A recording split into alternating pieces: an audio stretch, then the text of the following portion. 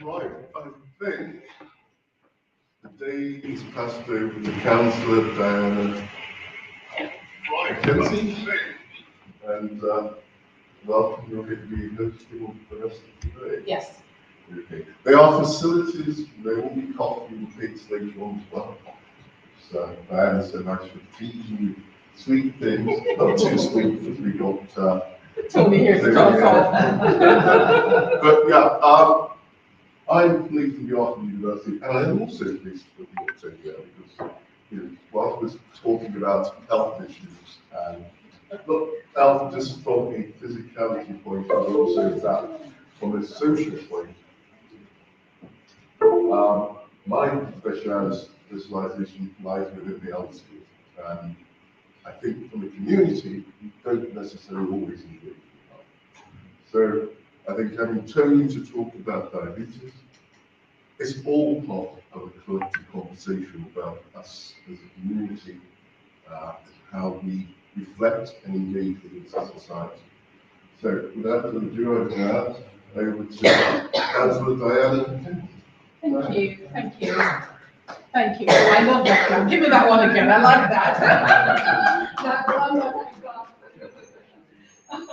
Somebody said to me not to be discouraged because we're dealing not just necessarily with numbers but with quality. But numbers are encouraging. It's nice to know that when you have taken time and put something on like this, that is well received in the community. And I'm anticipating people are still trying to do an event right to come. So I said, close it down. So I close it down. Get here, don't book. Just come straight up. Just come up. So thank you so much for this. Now, a bit of background. SYLBOURNE is going to give the background when we start the discussion. What I wanted to do was to use 1 hour before we started the discussion to talk about things that had to do with Birmingham and Jamaicans and the Black community in Birmingham. So I've invited Mr. Tony Kelly, and Tony is the diabetes specialist. He's the ambassador, and he wants to make sure that we look after our health. So I've invited Tony to have a conversation with us, and also we're having a young lady from Birmingham here who she has written a poem specifically for the transition and what we're doing. And she sent it to me last night, and it's amazing. So I'm looking forward to her doing that also. We also had an interview with one of the main persons on the panel, Mr. Mukuku. Because of his name, people assume that he's not Jamaican, and he is. So I thought it would have been interesting for you to get to know him and get to know who he is before he went into the panel discussion. So you had a little bit of a background on him. He is on his way, coming up from London, told me that he's stuck on the motorway. So he's coming up from London. And that was pretty much the hour before. I hope that our discussion would start at 4 o'clock. And we would have gotten all of this out of the way. So what we will do is we are going to turn over to Tony, who is just going to speak freely on diabetes and just bring us up to date, and we can ask you some questions and get that sorted. And how long time? It takes me time because I can speak for I will give you 15 minutes. Oh my God. And then from there, let us see. Okay. Yes? Thanks for having me. Thank you. Thanks for having me. I'm just lastminute.com. I'm not a lastminute.com person. I was begged, pleaded in the road to come and give a talk. So here I am. And I'm going to start. So my name is Tony Kelly. I recognize a lot of people in the room, and they've seen me at various events and so on. And my strapline is, our health is our wealth. COVID-19 proved beyond a doubt that we as African and Caribbean people need to take our health seriously. The amount of people who succumbed or had to be admitted to the intensive care unit or had issues to do with COVID-19 and the coronavirus was very high within the African and Caribbean community. And that's why my strapline is our health is our wealth. Believe it or not, I was born in Britain, car shelter in Surrey, but the accent is not British. Simply because at an early age, my parents sent me out to the land of their birth, which is Jamaica, and the district called Whitehall in the parish of St. Thomas, Some people say St. Thomas is known for Kumina, and some people say it's known for Obia. But anyway, I grew up here, and as a child growing up, age 8, 9, 10, I was very inquisitive on what was called fast or nosy. I'm amongst Jamaican people, so I'm supposed to know what fast or nosy means. And I was a relative of mine starting from the top who had strokes, blindness, heart attacks, kidney or renal failure, meaning they have to then go into the hospitals in Kingston on the country to go onto the dialysis machine. And some had lower limb amputations, chopping off of toes and feet. And some died prematurely or early. Or another word for premature or early is gone too soon. I'm in a Jamaican army. Sometimes when I say that, people say gone too quickly. They say, you know, come from Jamaica. Because that's what gone too quickly in Jamaica. But having said that, I would ask them what's the matter with them. And all I was told as a child is they have a touch of sugar. Granny has sugar. Uncle so-and-so has sugar. This one has sugar. So the word diabetes was never mentioned in my growing up in the 60s in Jamaica. Fast forward, I went to Michael Teachers Training College and taught in the high schools in Kingston, Holy Bible High School, Pembroke, and Donna High School. And then came back to Britain in 1979. So I've been back here 44 years with my wife and daughter and son-in-law, and we live in Birmingham here. And going about my merry life, I used to do track and field in Jamaica, but suddenly, cold in Britain, not all this weight. At one stage there was 14 stone in weight. And then suddenly, 19 years ago this Christmas, my wife noticed the 4 key symptoms that I might have type 2 diabetes. They refer to as the 4 T's. T for tired, T for toilet, T for thirsty, and T for thinner. Tired, toilet, thirsty, thinner. I was displaying all of those, and my wife kept saying, something's wrong with you. Something's wrong with you. I would get up 4 or 5 times during the night to go and use the toilet. Men, or most men, are in denial. They, like the ostrich, bury their head in the sand, hoping that the problem is going to go away. Ladies and gentlemen, does the problem go away? No. And I was in denial and saying nothing's wrong with me. So eventually I could take the nagging no more. And she's heard me speak on radio and television all over the place. I went with an early morning sample of urine to my GP, and she put the dipstick in it and held it up to the light, and she said, there is blood glucose or sugar, it's the same thing, in your urine, and there should be none. So I'm sending her up to the lab a sample of your blood, instead of just the urine now, that will be the final analysis. And it came back as an early Christmas present that I have type 2 diabetes. I wasn't surprised because in my case, it's hereditary. It runs in my family. I had 2 choices. Do I continue to eat the 6, 7, 8 tablespoons of rice and peas, which we love, or do I make what we call the behavioral or lifestyle changes to keep the complications at bay?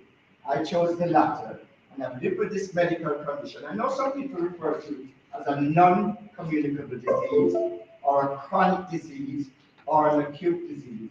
I'm afraid I don't have a disease, I have a medical condition. And so I worked in the probation service for the best part of nearly 30 years as a senior probation officer in the equity, equality, diversity, and inclusion unit. And this journey of the changing my lifestyle and eating healthily also involved physical activity. I don't use the word exercise because it conjures up images to want the person to go to the gym. I'm into Zumba, Pilates, aerobics, yoga, walk everywhere. There's 13 floors in here, and if you see me in the lift, slap me. I don't do lifts. Your feet were made for walking. So, during lockdown, one of the things I noticed in lockdown, I saw an article saying Lincoln Christie has learned to swim. Now, when I was growing up in Jamaica, my grandmother said, you're my favorite grandson, you can't go river, you can't catch fruit, you can't catch crabs, you can't go to the sea because you will drown.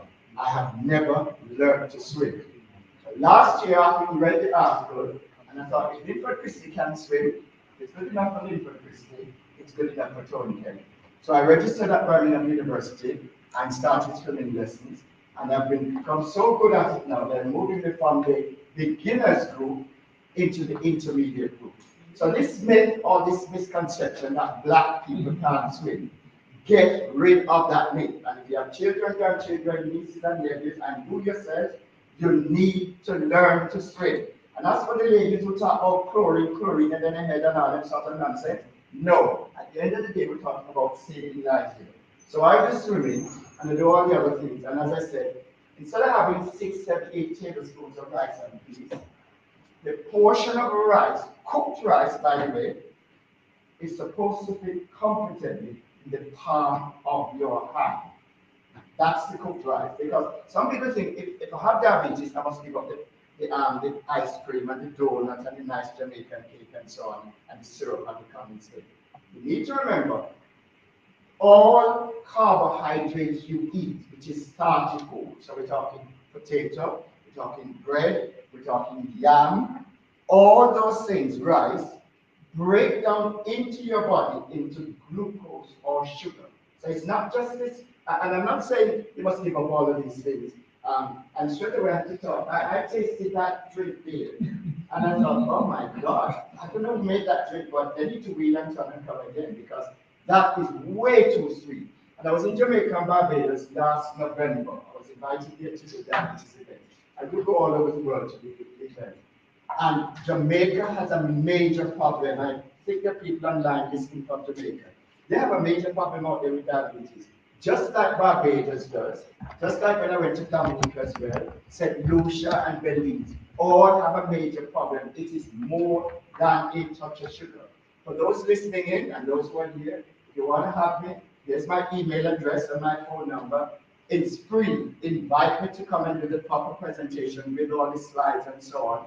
At your event, gurdwaras, mosques, churches, temples, residential homes, tertiary institutions, because we need to, as black people, and when I say black people, I'm talking African, Caribbean, and South Asian, and white working class, we need to wake up and smell the coffee or the roses and do something about our health.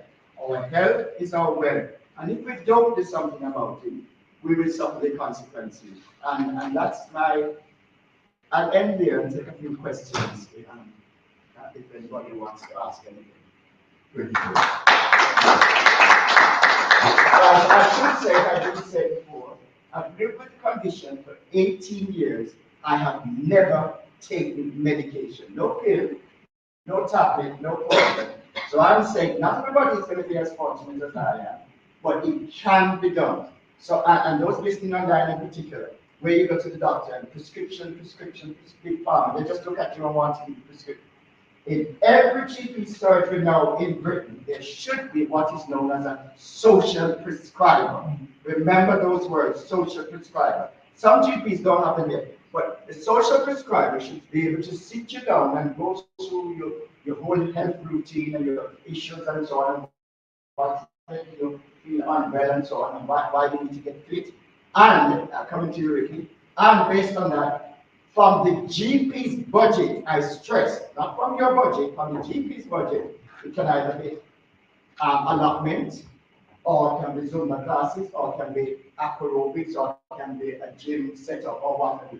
But you need to go in and ask about it. And as African Caribbean people, I try to get this message out there.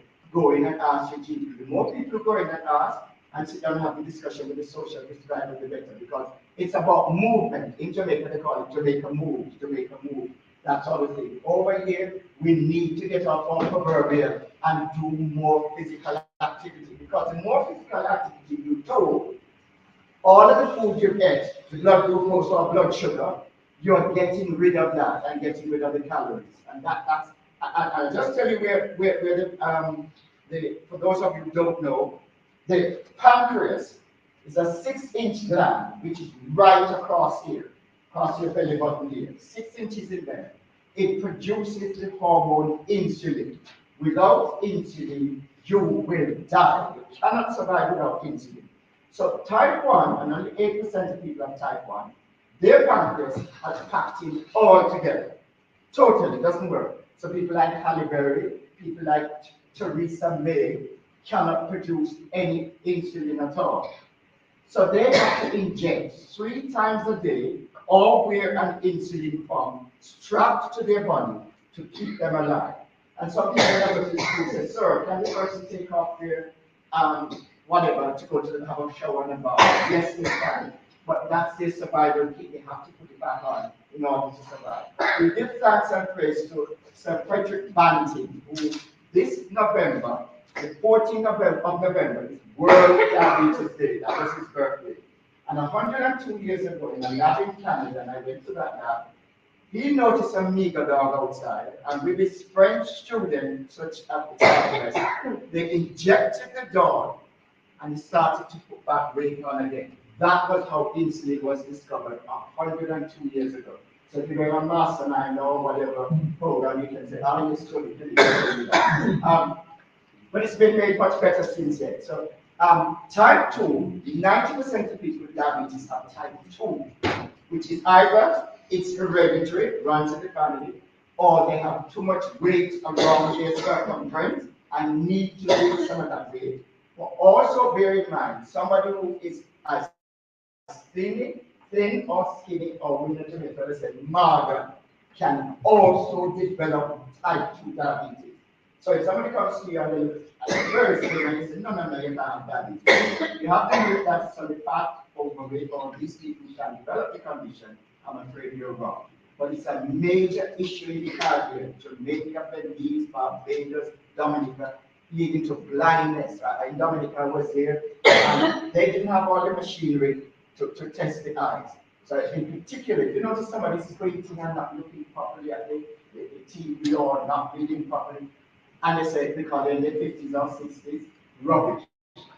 It's the diabetes is having its wicked way at the back of the eyes, causing them to have blurred vision and to go blind. So I have to go into the high street every day, and the drops to be put into my eyes.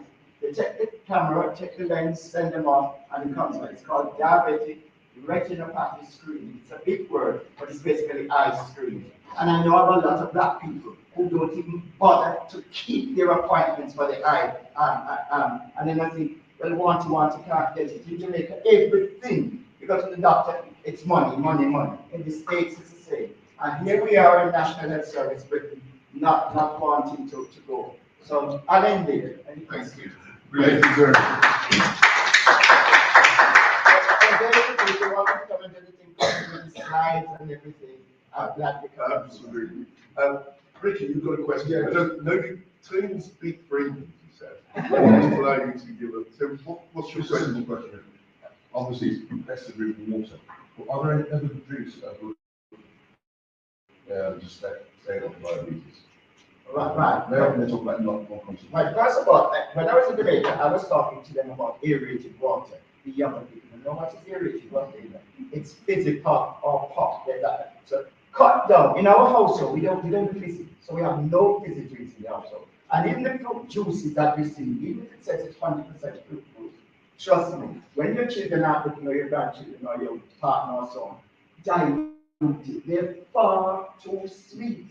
So, and also, don't just, I drink a lot of water, I have to say, but also remember there's water in tangerine and satsumas and grapes and apples and naseberries and so on. That also constitutes you having liquids, because if you don't drink enough water with diabetes or no diabetes, you will have become dehydrated. That is why a lot of elderly people become dehydrated. They don't drink enough liquids.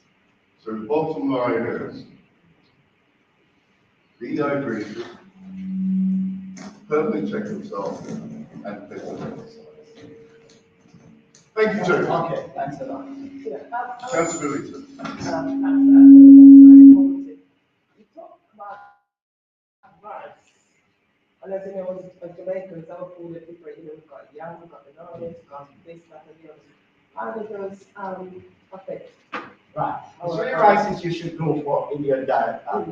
Brown rice, wild rice, and basmati rice, whether white or brown. And as I said earlier, the portion that you should have on your dinner plate with all the other things should fit comfortably in the palm of your hand. Too much rice, too much water is good for nothing. I would just ask talking about the other food, you know, like our yam, bananas, potatoes. So With- I would with- say- Yes, yeah. Sweet potato, don't be fooled by the word sweet. It is much better for you, sweet potato, than what, you know, what people used to call Irish potato. Potato with the chips and so on. Sweet potato has a low glycemic index. But I'm taking up time for the minutes. No, carry on turning this month, and thank you, Councillor Lisa. Now, I'm going to thank you very much for that health advertising and broadcasting, and I'm going to get on to the main subject matter. But again, can everybody give Tony a sounding round of applause? But I'd also like to say this person has been a massive advocate, not for diabetes, but for our community. But we do not give him significant amount of accreditation for them. Personally, I want to say the work you've done has been outstanding, and please keep it up. Thank you. Thank you so much, Tony. And I must say that Tony's my mentor, because when I was diagnosed pre-diabetic, I latched straight onto Tony, and he watches my walk and talk in the morning because keep me running up and down. So Tony's my main man. Ladies and gentlemen, well, thank you so much for coming today, and for those who are online as well, those who are on Zoom, on YouTube. The Constitution is the key topic today. There's a talk in Jamaica about Jamaica becoming a republic. Have you heard that? Anyone heard about that? Yeah. Some people are talking about let's get rid of King Charles. You know, sometimes I get rid of King, the Queen, but the Queen has passed. You know, but right now the government of Jamaica is on the quest to somehow lays and communicate and educate Jamaicans in becoming a republic. And if I have to break it down a bit in the discussion here, and I did a couple notes here for argument's sake, and with a view to facilitating the country's transition to a republic, the Jamaican government has created a new ministry, which is the Ministry for Legal and Constitutional Affairs, which in turn has established a Constitutional Reform Committee, CRC. Though the precise composition of the CRC has not yet been specified, or this is somewhat now, it will include representatives from the government, parliamentary opposition, relevant experts, and the wider society.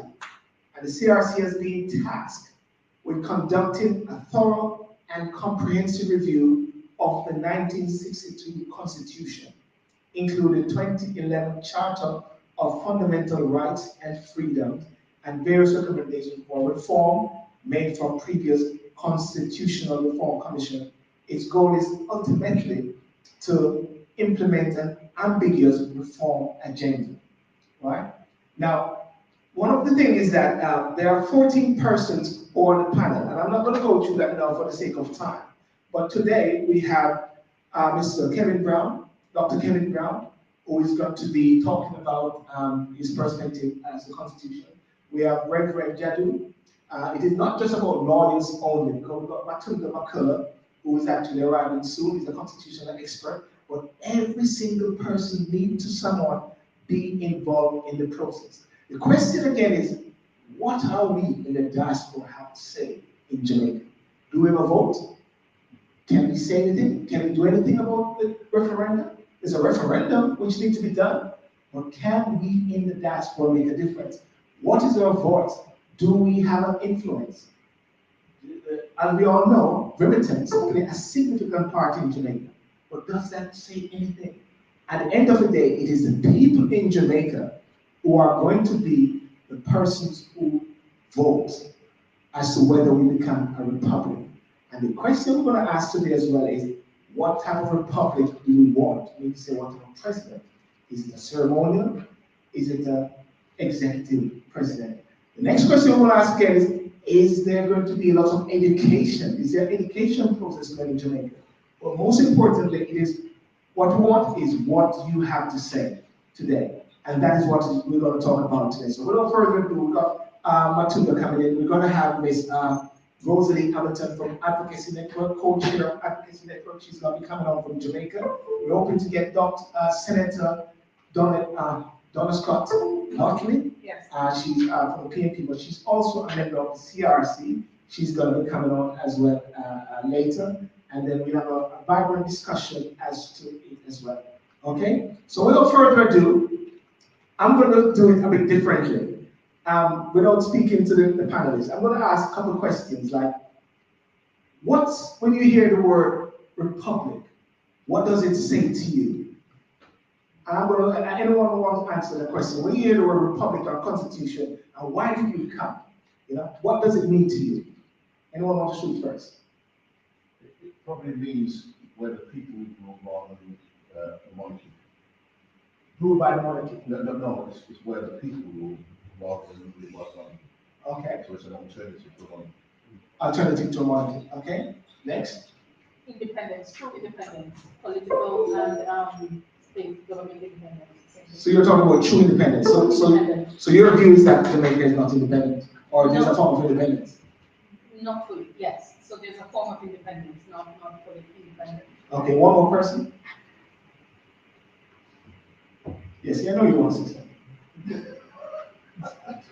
Oh! No, I wasn't actually, but I would like to point to the first republic, which actually is of the Greeks. And we know that any public or republic should always be a body brought together for the benefit of all its people, not just for the few. As we look at today's modern republics, we're actually looking at more akin to the best way of putting it, to dictatorship. So I would be very careful in our term or terminology of what republic is. The great republic we know should be the USA, but has that really given equality to all? Okay. So we've got the best example of a republic is Great America, but somehow that doesn't seem to be a very good example, isn't it? Oh, Dan? Definition: a state in which supreme power is held by the people and their elected representatives, which has an elected and nominated president rather than an monarch. Okay. Okay, I was talking to use the mic. Okay. So repeat what you said.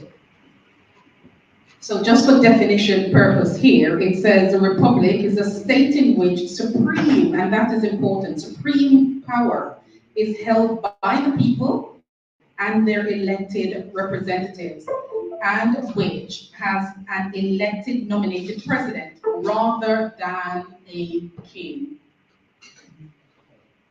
Or queen. Or queen. Okay, fantastic. I'm gonna, before I go on to Miss Rosalea Hamilton, she's around here. I'm gonna ask Kevin and Reverend Jaddoo just to give an opening as to the whole issue of the constitutional discussion. Okay, thank you, SYLBOURNE. Good afternoon, everyone. Thanks for coming down because constitutional reform matters. I know sometimes when we have this perspective that I live overseas, I live in the United Kingdom, Jamaica is 4,000 miles away, and because I don't live there, perhaps I should not register my thoughts on the political happenings of the country. But my view is that that's a completely wrong perspective to take. Many of you only have to reflect on your family ties. Some of you were born there, and we should never give up our connection to Jamaica or perceive that the only benefit we can give to Jamaica is via remittances or financial investment. So it's very important that we participate in constitutional reform. Constitutional reform is a once-in-a-generation event, right? This will not happen again after the process has been completed for some time. All right, we've waited 61 years to have a process that looks credible, that looks like it's going somewhere. 61 years before we have assertively positioned ourselves to get rid of the monarchy. And there are some contradictions that we need to fix. If you have any discomfort over why we're even attempting to become a republic, I want to put to you very simple and pragmatic positions that you should consider. If you are citizens of Jamaica, and I know some of you are born there, so some of you are well and truly Jamaican as it gets, then why is it that you would accept a foreign head of state, which in Jamaica's case is King Charles? Does that feel independent and sovereign to you? Why would you accept a foreign court as your final court of appeal? Does that feel independent and sovereign to you? And to make it worse, if you have the desire to visit the country where your head of state resides, you have to get a visa. And this is not just a simple visa that you arrive at the airport, you tell them you want to visit for 3 months, you pay some sort of fee and you enter the country. This is a visa that is quite evasive and intrusive and will ask you to prove your financial status, will charge you a significant fee, and your ability to be successful is limited. So why do we, when we celebrate independence, how do you actually define freedom and independence and sovereignty? And if we're saying that the current status quo is acceptable, then are we saying that we are less than any other human being, any other sovereign nation out there? Because we know that there are groups out there that claim their sovereignty and indeed position it above others. So it is time for us to address these anomalies in our journey towards freedom.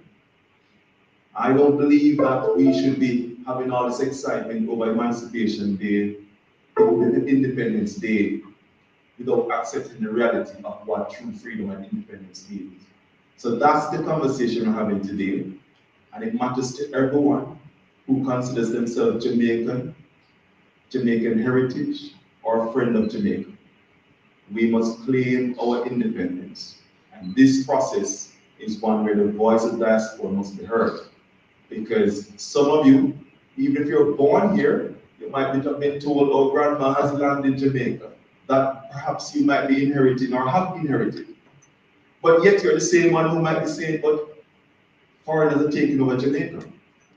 What have you done with that piece of land? Have you secured the title? Have you thought about developing that land? Or have you just left it there thinking, well, that's Jamaica, nothing to do with me? But still, will complain that foreigners are taking Jamaica. Why haven't you claimed Jamaica? We have to start as a diaspora claiming our island. Because if we don't, other people will. And it makes no sense to complain when you're now given an opportunity to participate in the conversation. So I look forward to you sharing your thoughts. But those are my initial thoughts and position on the matter. Yes, good afternoon, everyone. As chairman of the Windrush National Organization, I'm taking on board a lot of issues which have erupted as a result of it. The first thing that comes to mind when I look at independence was that the 1962 constitutional change in Jamaica, Jamaicans abroad were not consulted. This is one of the ingredients that led to the Windrush scandal, because people who were born British with British passports overnight on the 6th of August 1962, they lost their British passports. No one asked them, despite living in the UK, no one asked them, do you mind losing your British passport? And today we've got the fallout from that. I'll take on board what Kevin said and add a little bit more. The King is the head of state in Jamaica, but we have mass Jamaicans being deported on mass deportation flights back to Jamaica. Families being torn apart. What's the point of saying the King is the head of state when ultimately Jamaicans are looked at as foreigners to the degree where Jamaicans so feel with my work that Jamaicans aren't even welcome in this country. But we still have the royal family as the head of state. What is a republic? A republic is where the voice of the people is sovereign. There is no individual. It's the voice of the people. When you look at the French Revolution was about the people and setting up an independent state that was reflective and representative of the people. For far too long, we've had too many dynasties. But the other issue that we do have is in some cases where republics are there, we then do have what I call a perceived royal family, a perceived political dynasty. And hence, this is why it's important to consult the diaspora. With some of the work I'm doing right now, we've got more people born here who are first and second generation Windrush descendants who are now taking out Jamaican citizenship. They are now stakeholders. You don't have to own land in Jamaica to be stakeholder. I'm fortunate that I do own some. But there are others who actually are just citizens. And my concern is, and why I agreed to come here, was simply because what consultation is really taking place with the diaspora? Will our views really be recognised? Because it didn't happen pre-1962. And that got us all into a mess in this country. When I see people who were born British coming here and then having to now reapply to be British, people who have had their lives destroyed, although we've seen recent publicity to say that most Europeans, a majority of Europeans have been gone through the Windrush scheme and got their settlement. We're missing a point here. 3.5 Jamaica, 3.5. The next number topping the list is Jamaicans at 3,500.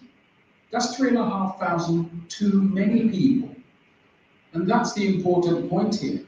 So, what is the point then of actually having any association with Britain at all? And that's the thing. What is the point of that association? And will it benefit? And the final point I'm going to make to open up the discussion is this. What is the roadmap that the government intends to put in place to lead to greater prosperity for all Jamaicans? Because remember, Republic is where the voice of the people is sovereign, meaning that not the few aspire, everyone should aspire. Thank you so much, Reverend Jaddoo, and thank you so much, Helen Brown. And I guess we get the ball rolling. But what I want to do now is to invite Donna Scott-Mottley on the platform. Senator Donna Scott-Mottley. She's also on the CRC committee. Good afternoon, Donna Scott-Mottley. Thank you. Just 1 second. I want to make sure that you turn up a bit. Can you turn your volume up a bit, Ms. Mottley? Just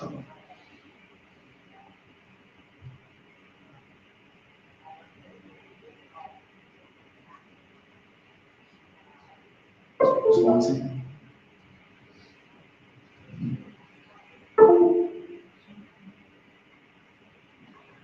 Yeah. And at the same time, we can invite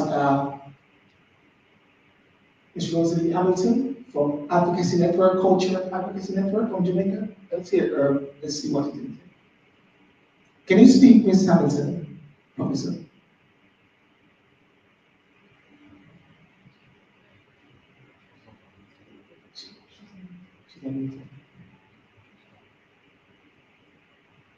You can hear? Rosalea, can I hear you? Rosalea, can you? Yes, okay. Can we go back to Senator? I'm going to go back. Is it? Can you?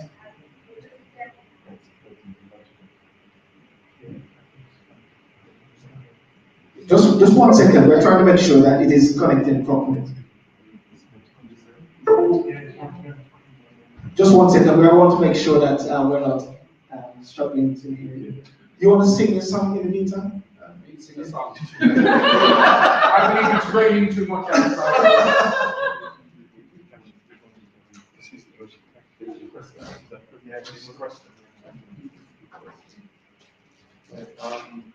Senator, could you just go ahead now, Senator? Video test the receiver here?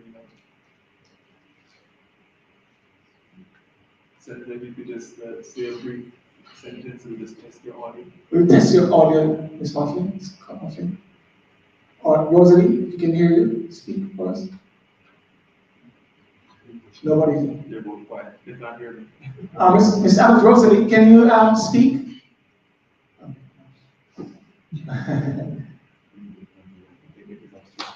So that's the microphone. Okay. Yeah. Just want to get this properly. And one here.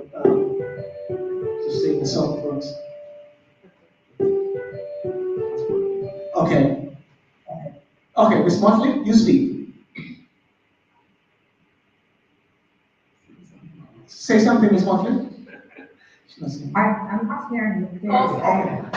okay, she's not hearing me, but we can hear her. And I'm not sure, my volume on my computer is up.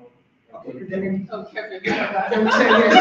We can hear. How can she speak? But I do think if I turn off my video, I'm not sure. No, you're perfect. Oh, you want to get? Can someone message her? Just message her. Yes, You'll take take her. care. Yes, I'll tell her. Yeah. Maybe it's the microphone there, she's not picking up. I think speak up. Okay. So we can hear her. Yeah. And Rosalie Hamilton, Professor Hamilton. Let's see if we can get back Rosalie.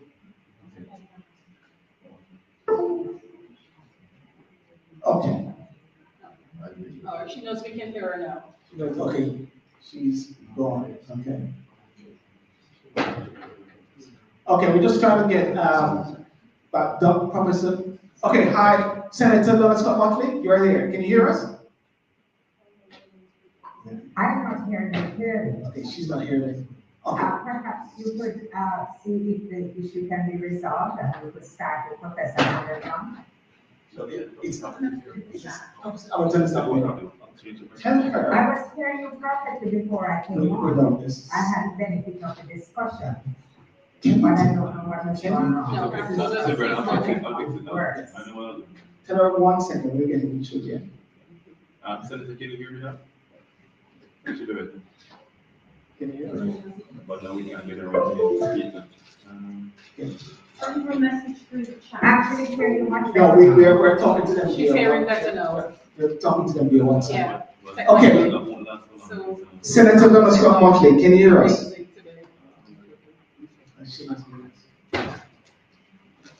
Professor Hamilton? Senator, can you hear me now? I'm here. Okay. Perfect. Okay, great. Okay. Thank you so much, Senator Donna Scott-Mottley. How are you today? Thank you. Fantastic. I don't know exactly what is happening because sometimes I lose your voice, but let us try to make the best of this connection. That's okay. We thank you so much for joining today as you're part of the committee. And from the UK diaspora, if you can just share with us the vision and the goals for the committee in regards to the reform of the Constitution and Jamaica to be or not based on becoming a republic. We'd like your presentation now. You're asking me to share with you. Let me see if I can figure out what you want me to do. You are asking me to share with you exactly what? The update from the commission. As you're a member of the commission review, the 14-member committee on the Constitution. All right. If you could assist me by just WhatsApping me that question at the same time as I'm trying to imagine what it is that you want to hear from. So as you know, I am a member of the Constitutional Reform Committee, and we have been having quite a number of meetings. We have been meeting since March of this year, and we actually had a meeting yesterday.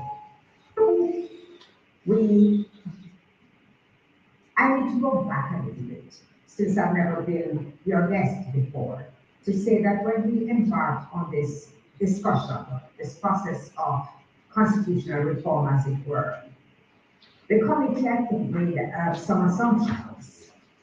And the basic assumption which we made was that everybody was on the same page as regards some discussions which were held in the 1990s, and a report of the Joint Select Committee, which was actually tabled in 1995.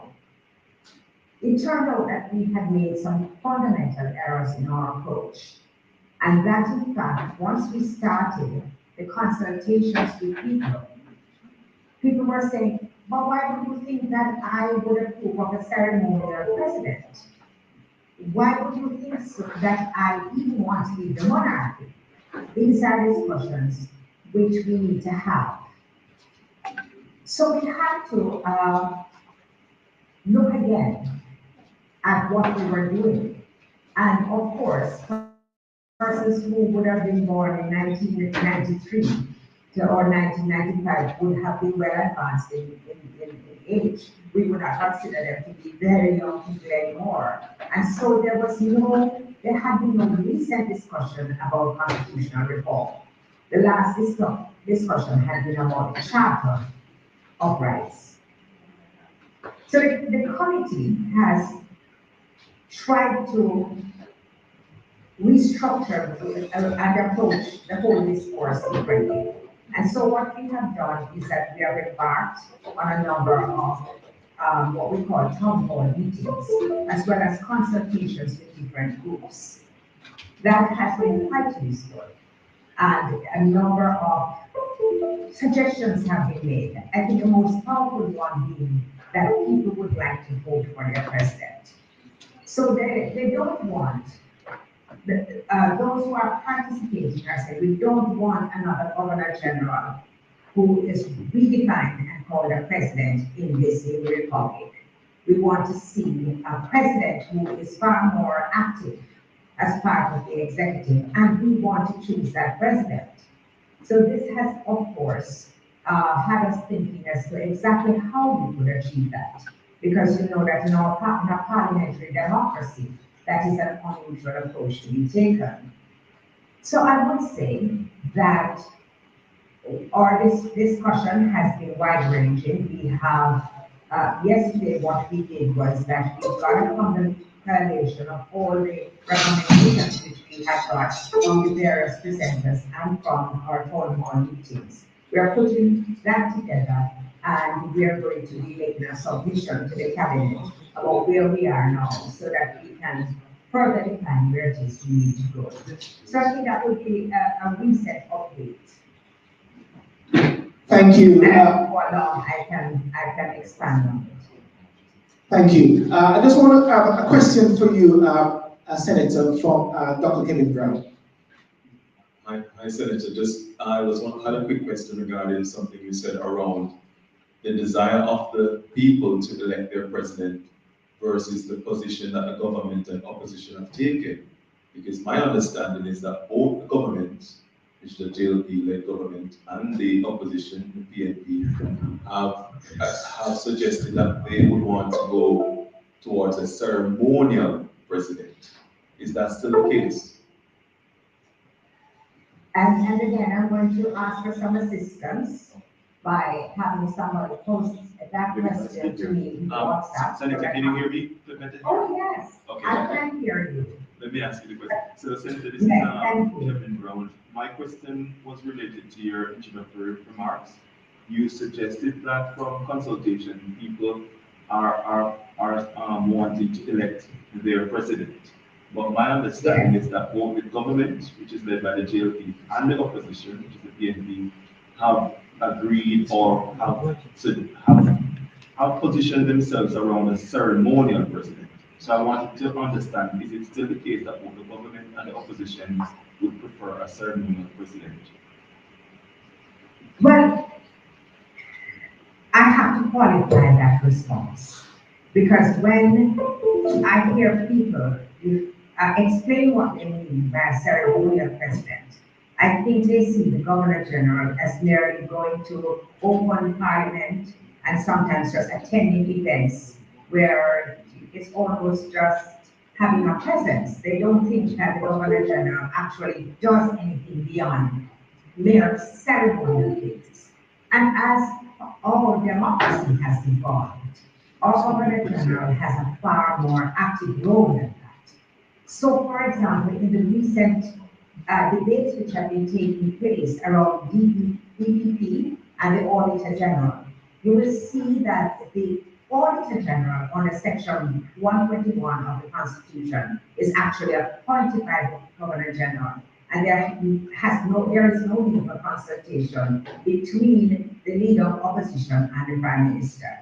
More and more, the role of the Governor General has been expanded to include some executive functions. In relation, for example, to the Electoral Commission of Jamaica, the Public Services Commission. So once we start explaining to people that it is not what we call a mere ceremonial function in terms of just representing now King Charles III in Jamaica, their mindset changes somewhat. What I believe that we should do is that we should be looking towards an expanded role of the president, so that there will be some comfort taken in assuring the people that it is not strictly ceremonial. Why do I believe that there ought to be a president? I don't believe that there has to be somebody who stands above the fray of partisan political politics. And I think that if we look very carefully at what authority we give to this president, we can achieve that. I also want to say one last thing on the point. At the beginning of this discourse, I was offering that we were embarking on a very noble journey, and that the birthing of a republic was so significant that we ought to approach it in a particular way. I felt that the leader of opposition and the prime minister should really have consultation, and at the end of it, there ought to be a joint sitting of the parliament, with each house voting separately, but in a way that would signal to the country that we were united about this effort. However, yesterday at the meeting of the Constitutional Reform Committee, I signaled a change in my view, and I recommended that we approach the selection of a president in very much the same way that Barbados has done, where it is a joint nomination between the Prime Minister and the leader of opposition. In other words, you will go to the Parliament in agreement rather than risk any sort of controversy about who a president will be. Can I come back to you, Doctor, Senator? Can you hear us? I'm hearing you. Oh, you can hear us. Okay. So Senator, just quickly as a follow-up, because you answered my question, but partially, because you made so in other words, the question really is around whether we have an elected or ceremonial. Even the ceremonial president has expanded powers.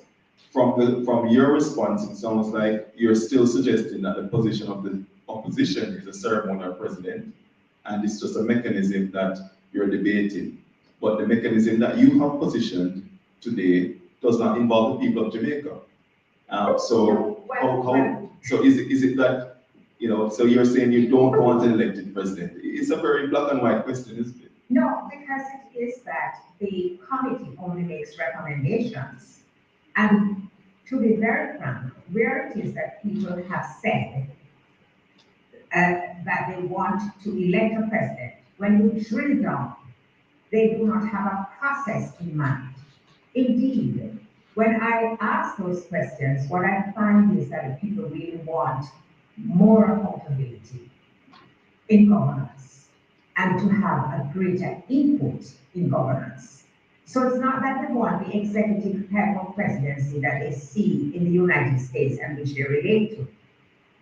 Because once you start having that conversation, they can see the difficulties and the challenges in having such a presidency.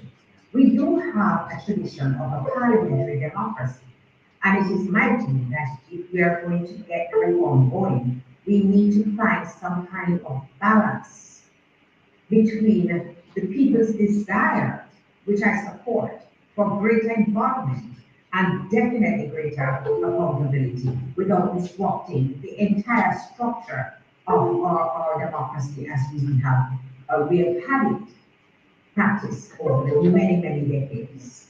Thank you, Senator.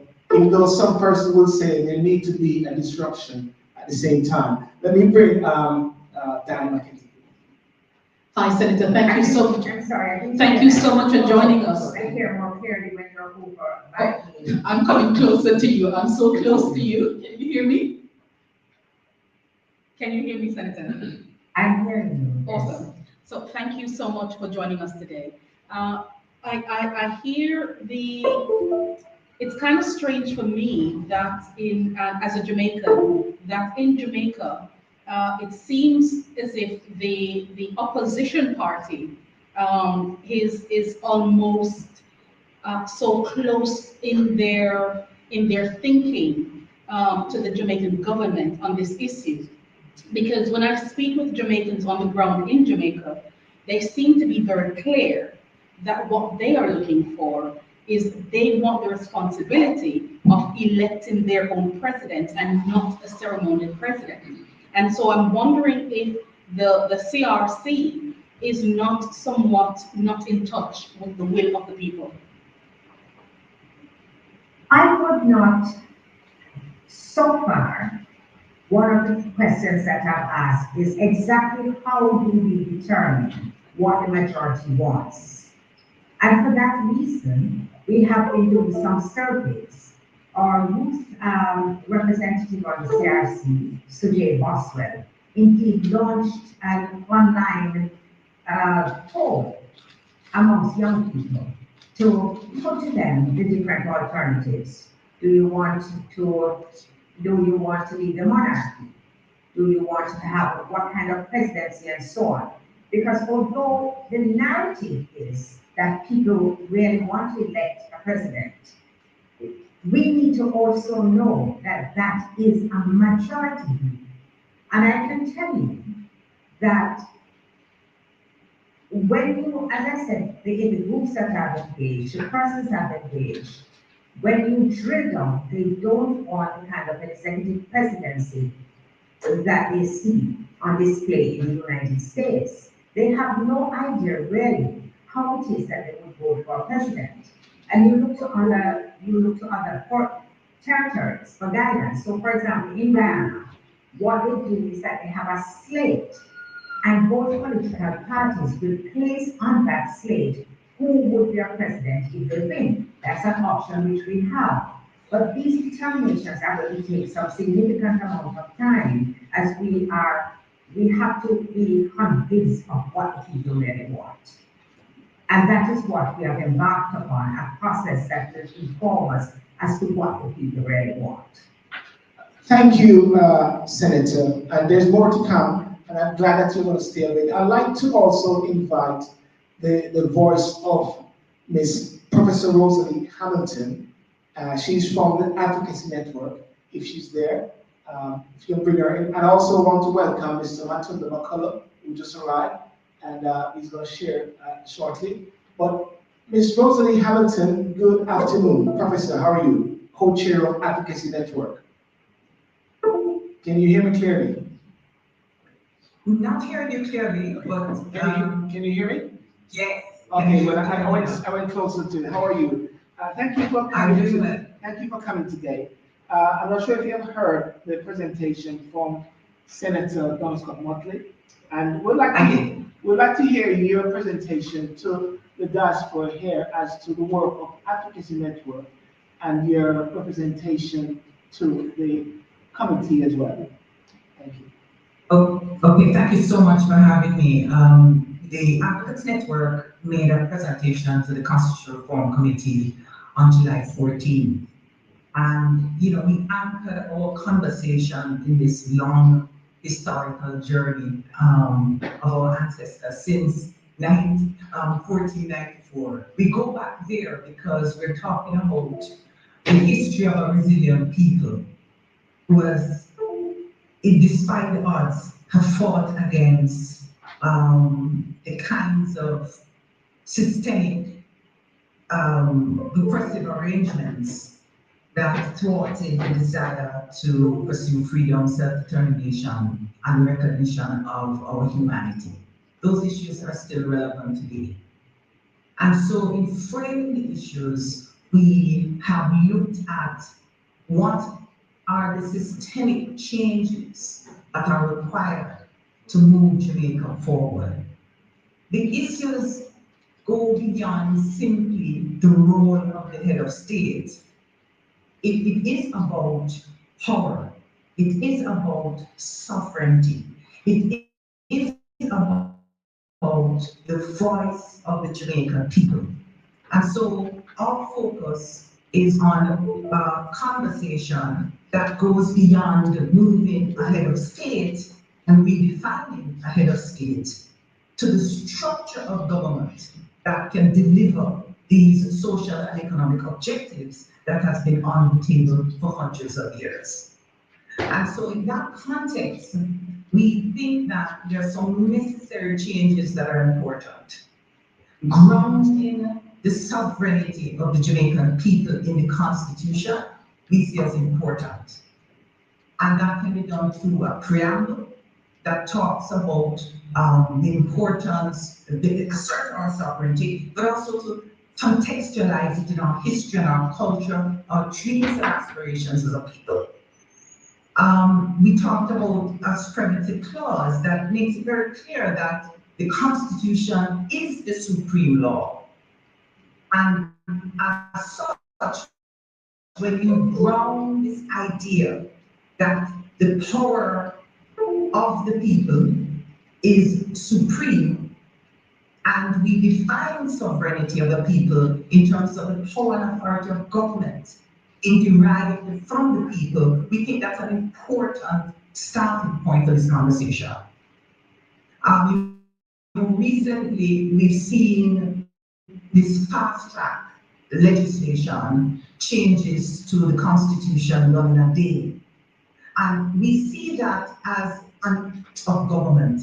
This is the conception of a constitution that is about government acting, not a constitution in which the people drives the changes, determines the law, and have the real say. That's where the power is. And I think that's the view that we have. And so we're very troubled about what recently happened. I'll come back to that. But just to say that it's when we change the structure that we think we get better outcomes.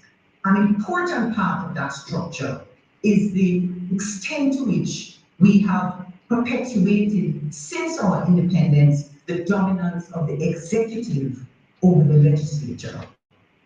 And so when we think about what has happened in 1962, we think about the fact that the power that was in the hands of the governor, presenting the monarch, and that whole history, we saw a slight shift in 62 when that power effectively shifted to the cabinet and the prime minister. That's a provision in section 69, subsection 2 of the Constitution.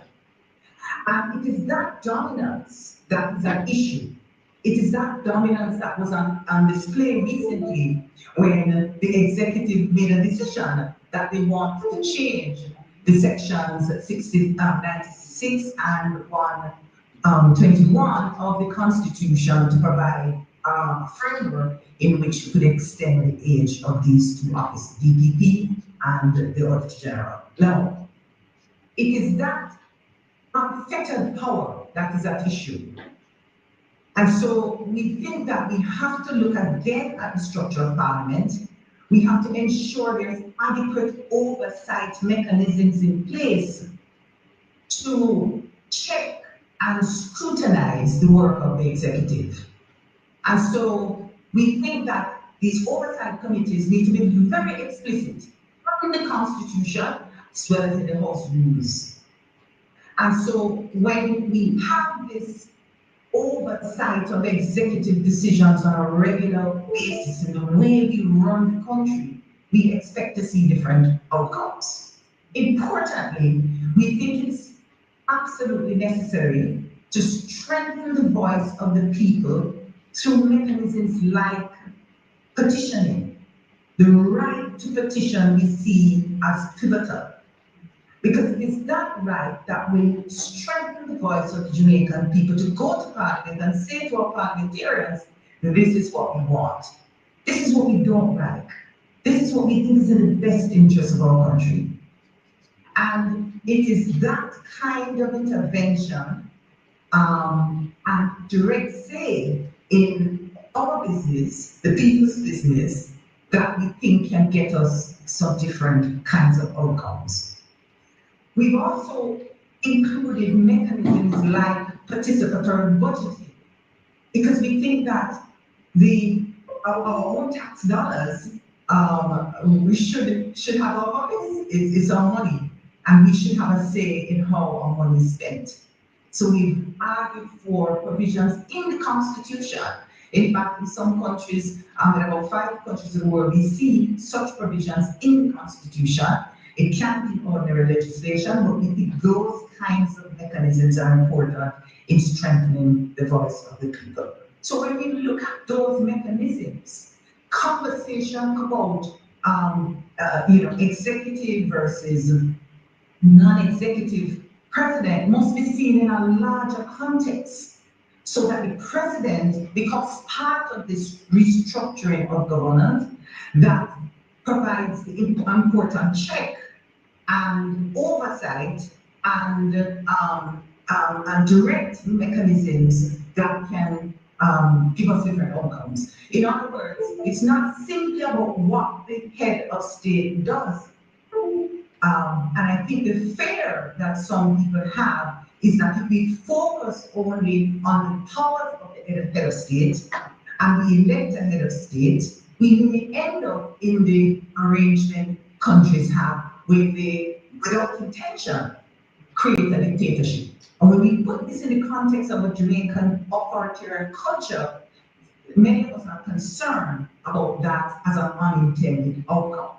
Thank you. And so we think that whatever the arrangement in place for the head of state, what is important is that these accountability measures in place, we ensure that we strengthen the voice of Jamaican people, and in so doing, we get better outcomes, and the role of the president simply supports that arrangement. Thank you very much, Professor Rosalea Hamilton. I've got Matondo McCullough here, and I hope you can hear me clearly, but I really want to bring in some of the voices of the people here, very important, because one of the things which I see coming through is the role of the people, or where's the role of the people in establishing this leadership.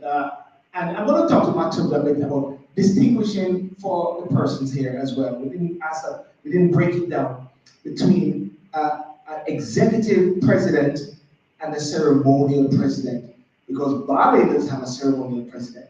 And it was alluded that we should follow a particular rule with Barbados with their presidential system. But Matondo, if you can break it down for us, the distinguishing between ceremonial president and executive president.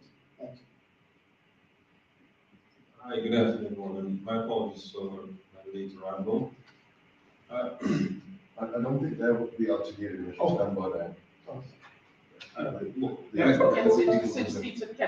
Are you trying to hear me? No. I find that I'm not hearing you clearly unless you're at podium. So I'm not able to follow the thorough aspect of the discourse very closely. When you are at podium, I can hear you, and I've heard Professor Hamilton very clearly. Okay.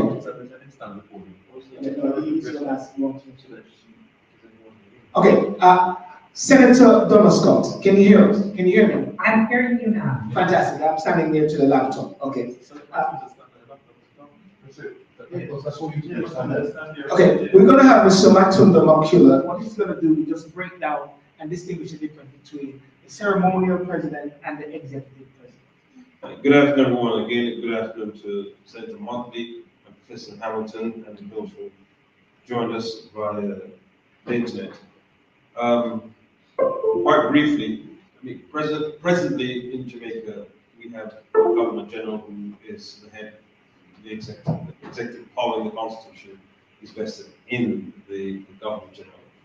Now, what has been proposed is, and I heard Senator Motley alluded to the fact that there is a move, so consensus that we have non-executive president. We all are familiar with an executive president in form that exists in the United States. On that system, on the system that obtains in the United States, and it's not a universal system, but it's beyond that. There's certain powers that are vested in the head of state, and that person appoints, and again, in the case of the United States, appoints his or her cabinet. Now, in Guyana, what obtains, the president can select from outside of the political parties, the members who become persons who become members of the cabinet. The same thing obtains in the United States, where we hardly hear, with the exception of Secretary of State, you hardly hear, nobody knows who's the Secretary of State for Agriculture or Health in the United States, because the cabinet is not as dominant force in their system. If you have a non-executive president, as we're moving towards in Jamaica, we're more familiar with that culturally. That person certainly doesn't have as much power as the head of government. In Jamaica, the head of the government is the prime minister. So when you have an executive setup, a president who has greater amount of power and authority, and I would say greater political power and constitutional power. We're moving towards a non-executive presidency in Jamaica. I think at this stage, perhaps, if we had more time in terms of the timeline for doing this call for a constitutional review, I would love for us to have gone back to what the People's National Party initially wanted, which was from an executive presidency. It might not be the right time in our evolution, I accept that, but conceptually, I'm more in favor of an executive presidency, if only because it will help to bring into the cabinet persons who are not necessarily political or who came to the service of their country via the usual political routes. I have my own political preference, but I also think that there are persons out there who can contribute to nation building outside of the context of a political party.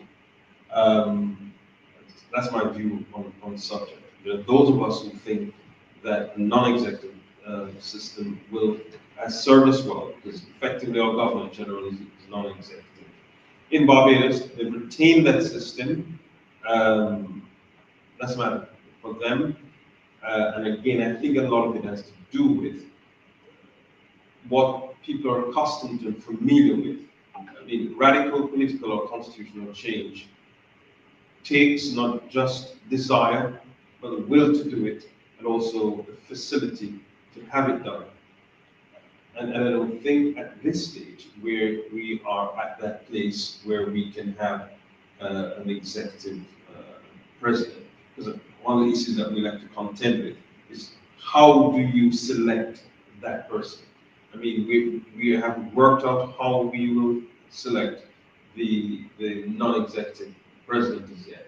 And if you think that is fraught with a lot of problems, you put on the paper that you want an executive president, and you will see how much more problems and difficulties we have. Because usually there's some problems that are constitutional that will turn into political problems.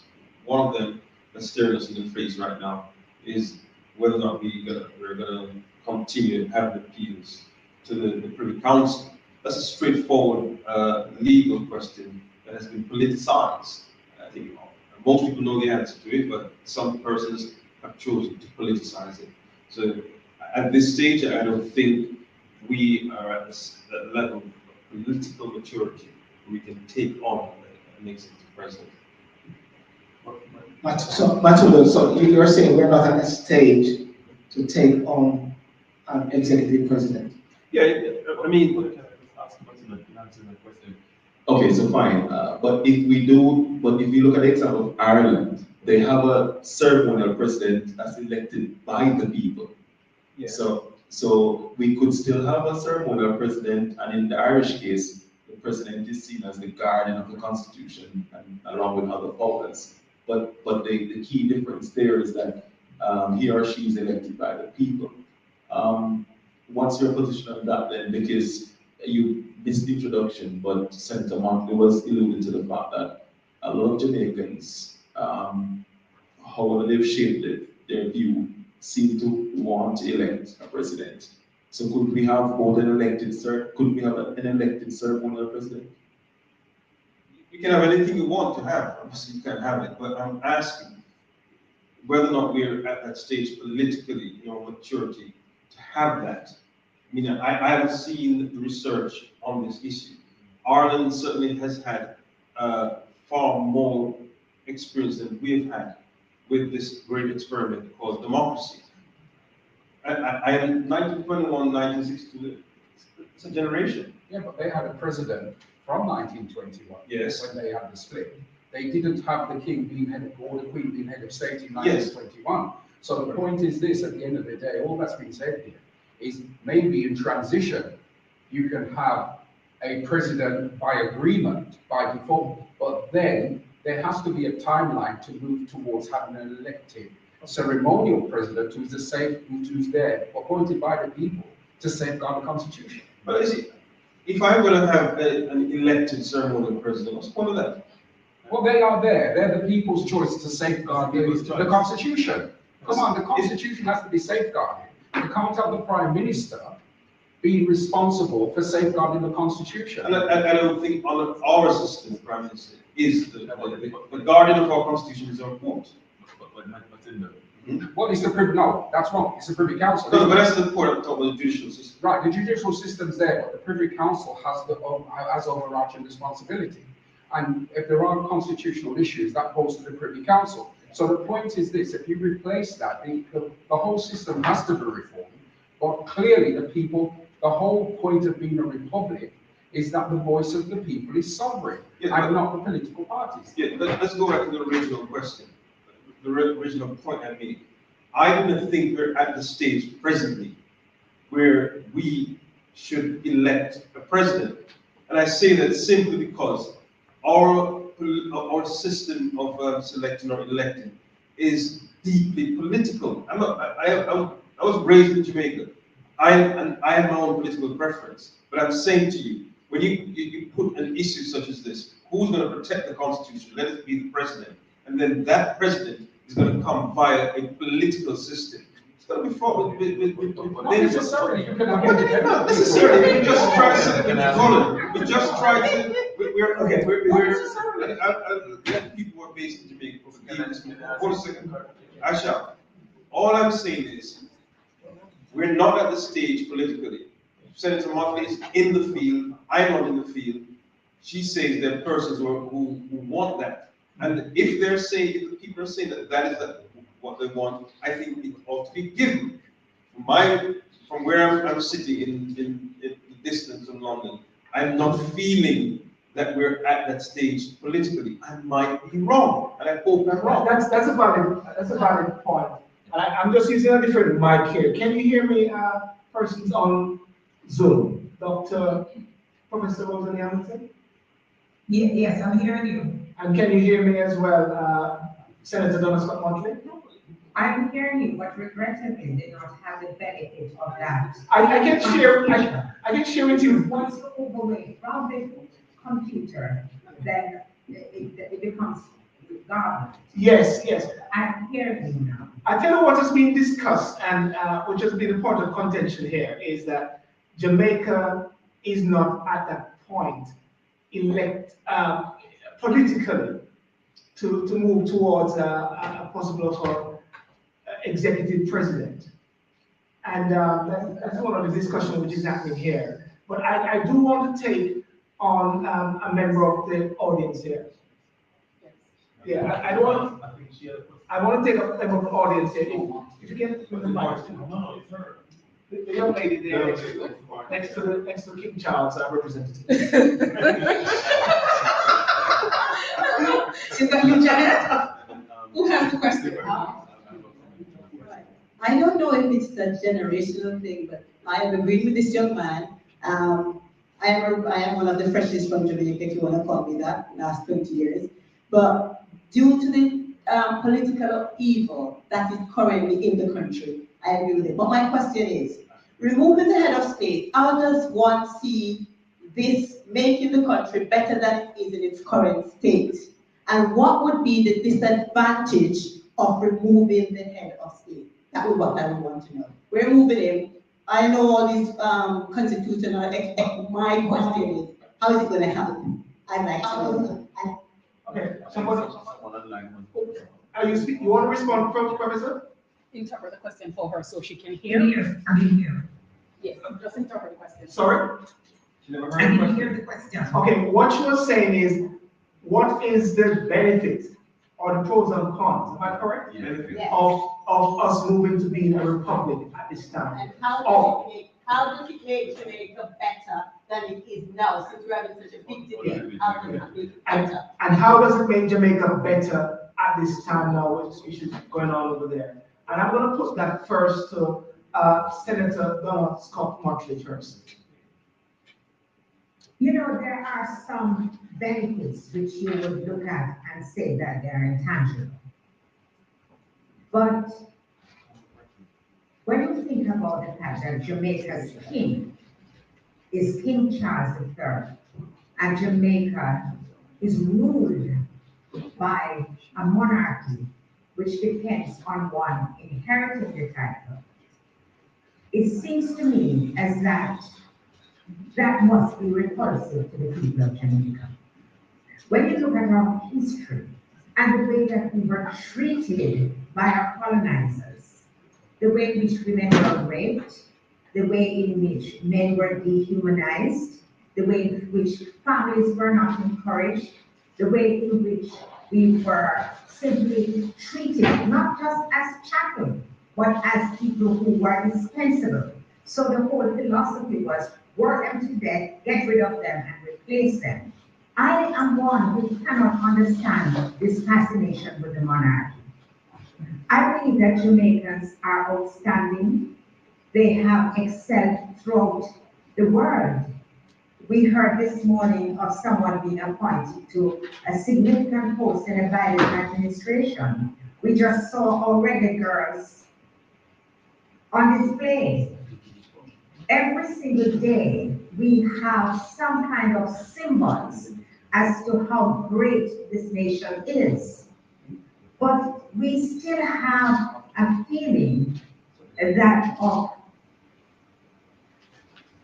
we are not good enough for some things.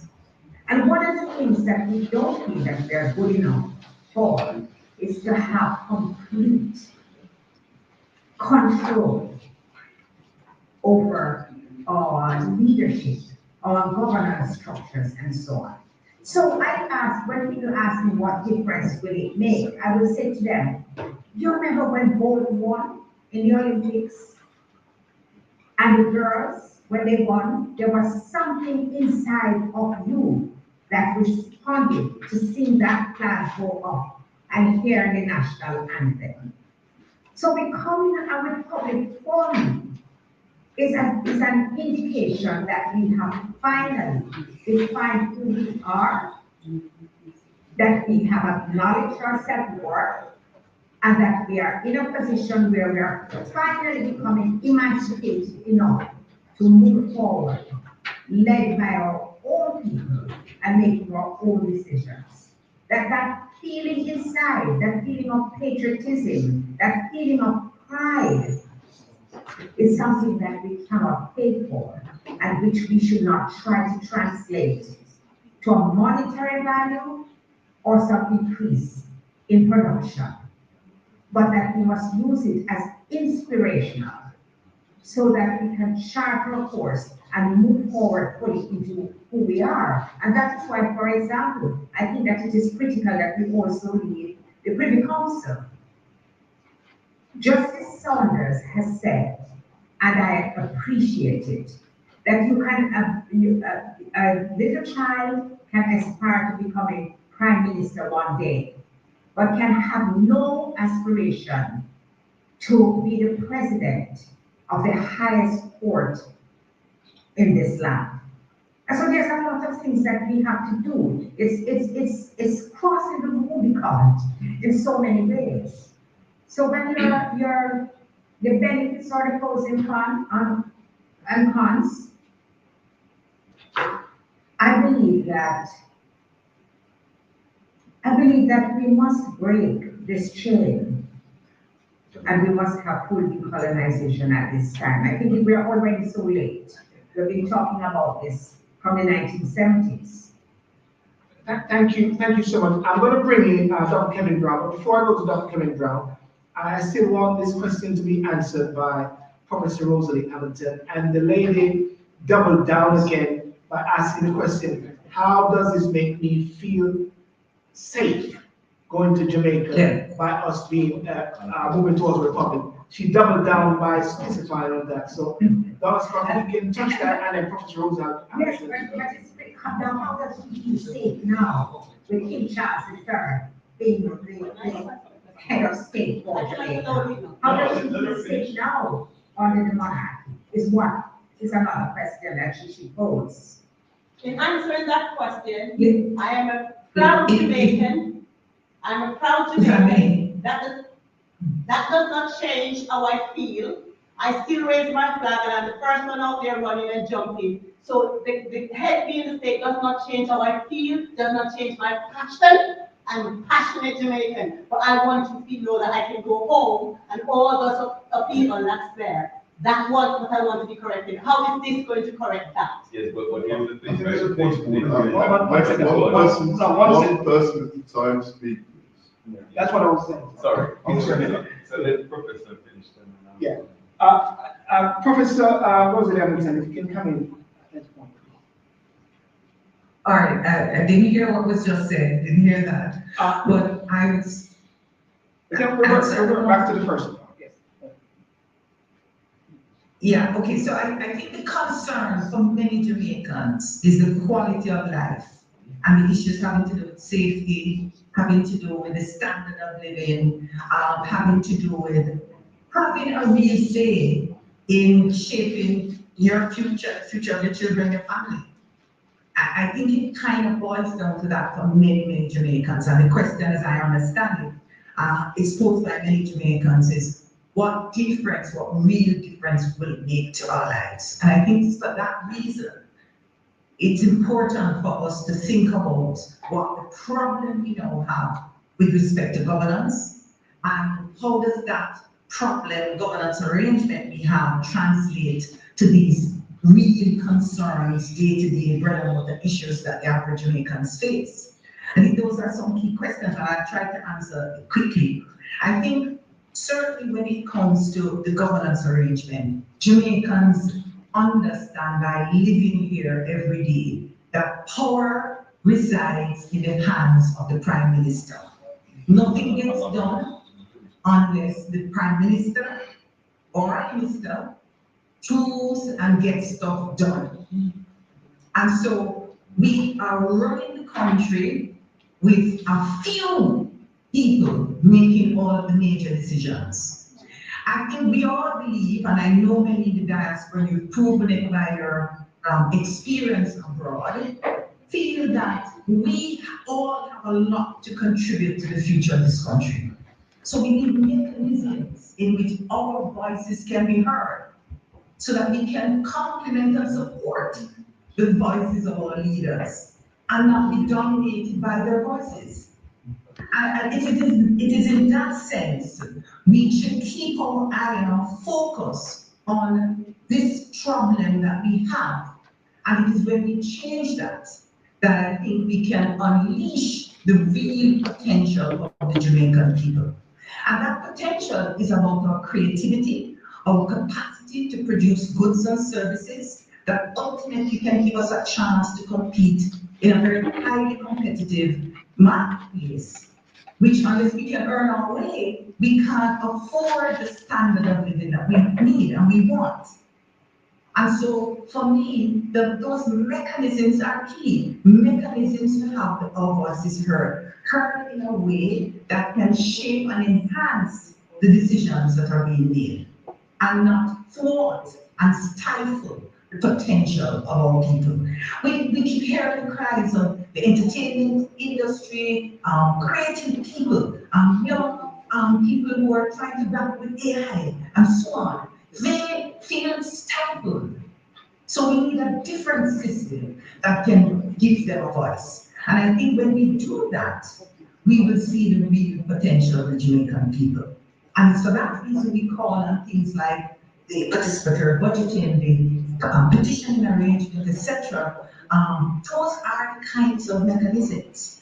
And when we do that, Jamaicans will feel a difference. I want to say this lastly, that all of the concerns we have, including the concerns having to do with crime, can change the very people in the communities that understand the nature and the expression of crime by their lived experience, have an opportunity to make the policies and the laws that can solve these problems. And I think it is then that we see Jamaica really shine. Can I just make a quick point of order? Point of order. One of the problems with this meeting is that there's nobody really on the panel that is against the Republic. And that would help us to be more analytical. Well, I think I think Matondo also says we're not politically aware. We're mature enough. We're not mature there, so it's not really. To get that balance against the Republic, so we can analytical. Okay. But we can shape that conversation. But let me just comment very quickly, and I'll stand here so that Senator Mckenzie and Professor can hear me. Can you hear me? And can you just can you repeat also that point you mentioned? He's sensing that there is not much opposition. Right. Okay. So for the benefit of those on Zoom, there's a member of the audience, Mr. Ricky Dehaney, who's highlighting that we don't have someone on the panel that seems to have a position against us becoming a republic.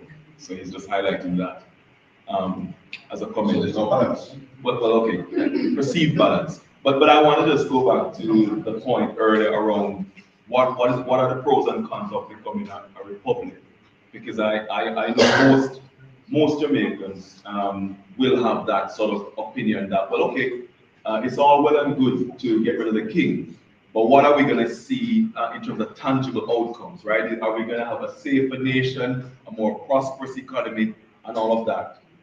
My position is quite clear. We must be careful how we conflate these issues. If we look at history and all the revolutions that have happened that have led to republics, and some of them are more known than others, what people were seeking first and foremost was freedom and sovereignty. Freedom and sovereignty. And in that philosophical framework, there was a belief that everything else would follow. So the reality is that, yes, if by removing the king tomorrow, by moving away from Privy Council, we perhaps won't see an immediate change in crime and safety in Jamaica. We perhaps won't see an immediate change in the economy. But that's not the question being asked, really. The question is, are we going to stand and take our place as human beings on this planet, knowing that other groups have said, no, we want full sovereignty, and everything else will follow? I often ask Jamaicans, would an American accept King Charles as their king? And every Jamaican has said no.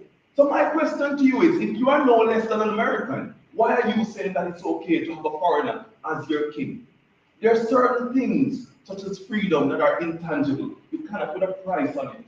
But you have to believe that in the process of seeking freedom, just like our ancestors who were fighting to leave the plantation believed that although the road of freedom outside the plantation was not clear, they were very clear that they wanted freedom first and foremost. Nothing, in my opinion, will change in terms of our arrangements with Britain. We will continue to have Britain as a friend, as a trading partner, and all the rest of it. We have not seen a fallout between Britain and Barbados. I do not perceive one happening between us and Britain. We will continue to have that friendly relationship as nations do. But let us be very clear. If you're asking, will it make Jamaica safer? That is down to us. So now let us have a question around democracy, right? Because what I'm seeing here is that we are going to a constitutional reform that's very reductive. We want to tinkle here, tinkle there. But we are struggling to give power to the people. We can't decide if we want the president to be elected or not. When we look across North America, a lot of official positions are elected. Sheriffs, district attorneys, what we call DPP, they are held accountable by the people. Why can't we look at the Jamaican situation and say, okay, in Jamaica right now, you can only elect an MP or a councillor. Everything else is left up to the political director to decide for you. Why can't we open up the democratic space and say, okay, maybe could we elect the DPP? So it is down to the people now to select who is their DPP and no longer political football as it is right now. Could we elect the police commissioner, where he's now accountable to us? And if we're not happy with crime and safety, we vote him out. Right? Could we? Can I just talk over you? Well, so let me. I'm finishing. Allow me to comment, Dr. Brown. No, but I'm just going to finish and say that. Actually, those lies are not airing you. But let me comment. You discussed democracy in the terms of a historical view of what citizenship means about support. But please, let's have it in the context of democracy is about equality, the right and choice, not in a political sense, but a sense of justice and survivability for all. That is not the context in which you are communicating. But there are two things, because in reality, but Professor, in reality, everything is political. No, so it's not, Dr. Brown. So you can, you talk about civics. Okay, go on then. And if you talk about civics, you also need to talk about loyalty, trust, engagement. The conversation we're having, Dr. Brown, is not necessary in terms of where the general public sits, its trust, and its communication base.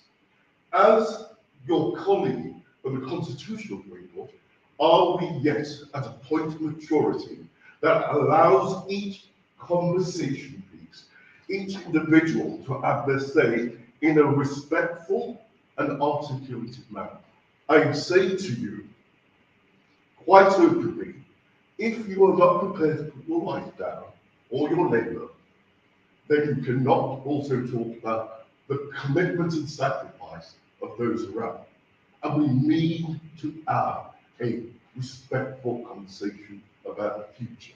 And Jamaica, in course, as somebody who actually was educated in Jamaica and had the privilege of both educational systems, is to say the following: let's not cloud or confuse the issue. It is about generations, not just now, but those to come. And the history I've seen in different times, if we look at our brothers in Africa, if we look at the change around Europe, let's be honest, what is it we're offering that is different? Until you can communicate that, do not try to elude that we've got the answers. Can I just come in right here by saying that all voices content, all persons have a view, and you just made one view on one point. Kevin have a view, each person have a view, and those views must be content, and everyone must be able to speak.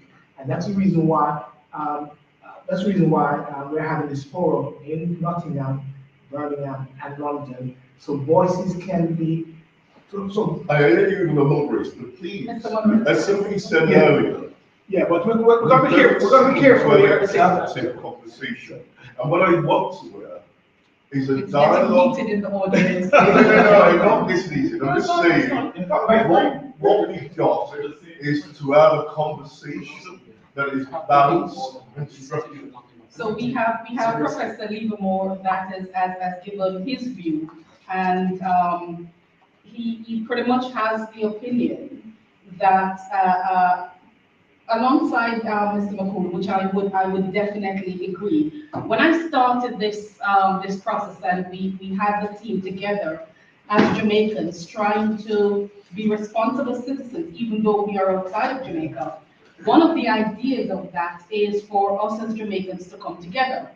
Now, I heard Matondo touched on something, and it is important a point that we need to make among ourselves as Jamaicans about the maturity in which that we need to move the conversation, not just the conversation, but the future forward in a way.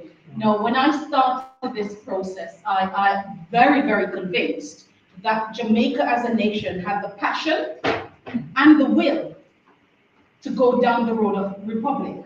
But as you go out in the community, the lackluster and the lack of engagement that you get in the community, it really makes you wonder, are we really ready to participate in the manner that is necessary to not just, one, get rid of a king, two, to save our republic, but to be responsible citizens who understand what it takes to move the nation on, as we know we wanted to. So for me, it is really disappointing when I start that conversation in the community and everybody, and this is the problem I find with Jamaicans, we all want to stand on a soapbox and we all want to speak, and we're very passionate.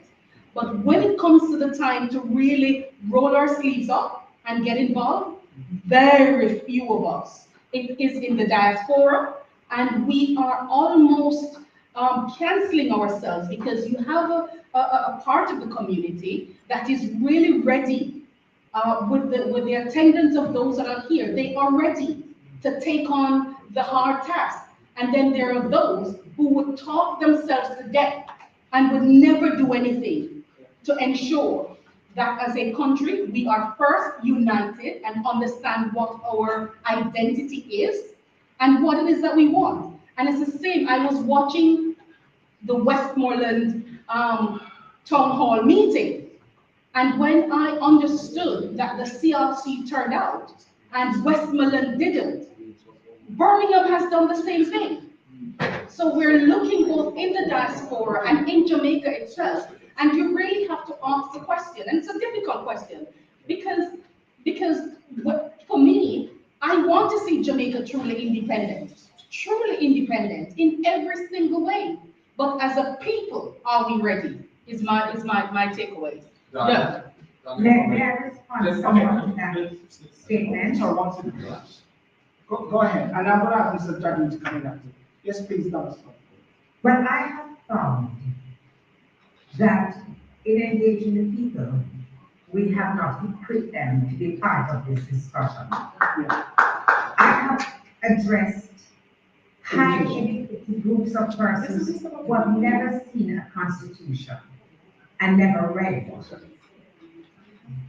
If leadership fails to do what it needs to do in terms of inculcating in Jamaicans from a very early age an understanding of their governance structure, and more importantly, an understanding of the rights which they are given under the Constitution, I don't think that one can turn around and blame them. I have found that there is such a deep lack of ignorance about this process that we're going through. There are persons who admit that the first time they ever picked up a constitution and tried to comprehend it was when they started out at university to study law. And I think that's a real failure on our parts. And so I would say we shouldn't be disappointed.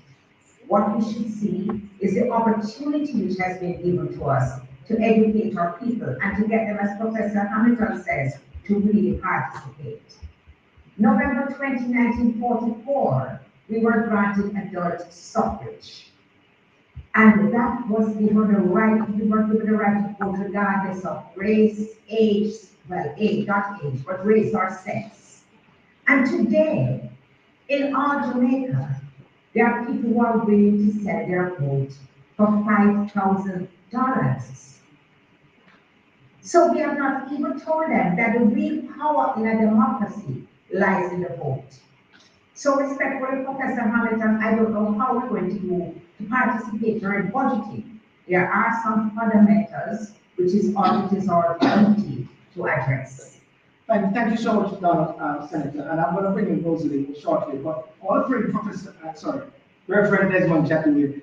Desmond, while you're here at the same time, pick up a point from Donna Mckenzie and Professor Livermore as well as to Jamaicans not being proactive or engaged. Yeah. Yes. Can I say something? Yes. Sure. Good morning. Good morning to those in Jamaica, and I'm Bishop Desmond Jaddoo. It's not.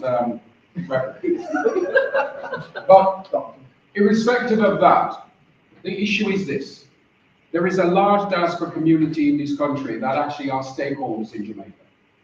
So where's their voice in this? We've heard about the CRC being made up of 14 members, but where is the voice of the diaspora community in amongst that? We know what happened during constitutional change in 1962, when Jamaicans in this country became disaffected when they lost their, as I said in opening, when they lost their British passports. They were never consulted, despite being in this country. And when Jamaica became independent, that impacted upon them, so that in 1980, they had to buy back what they were born with in the first place. And today, people have been suffering as a result of that constitutional change. So where is the consultation with the stakeholders, the tangible consultation? Secondly, I don't think Jamaican people are completely fit. I'm going to make that crystal clear. It is those that seek to hold people down in their political awareness and knowledge. It benefits them to stifle and build disaffection.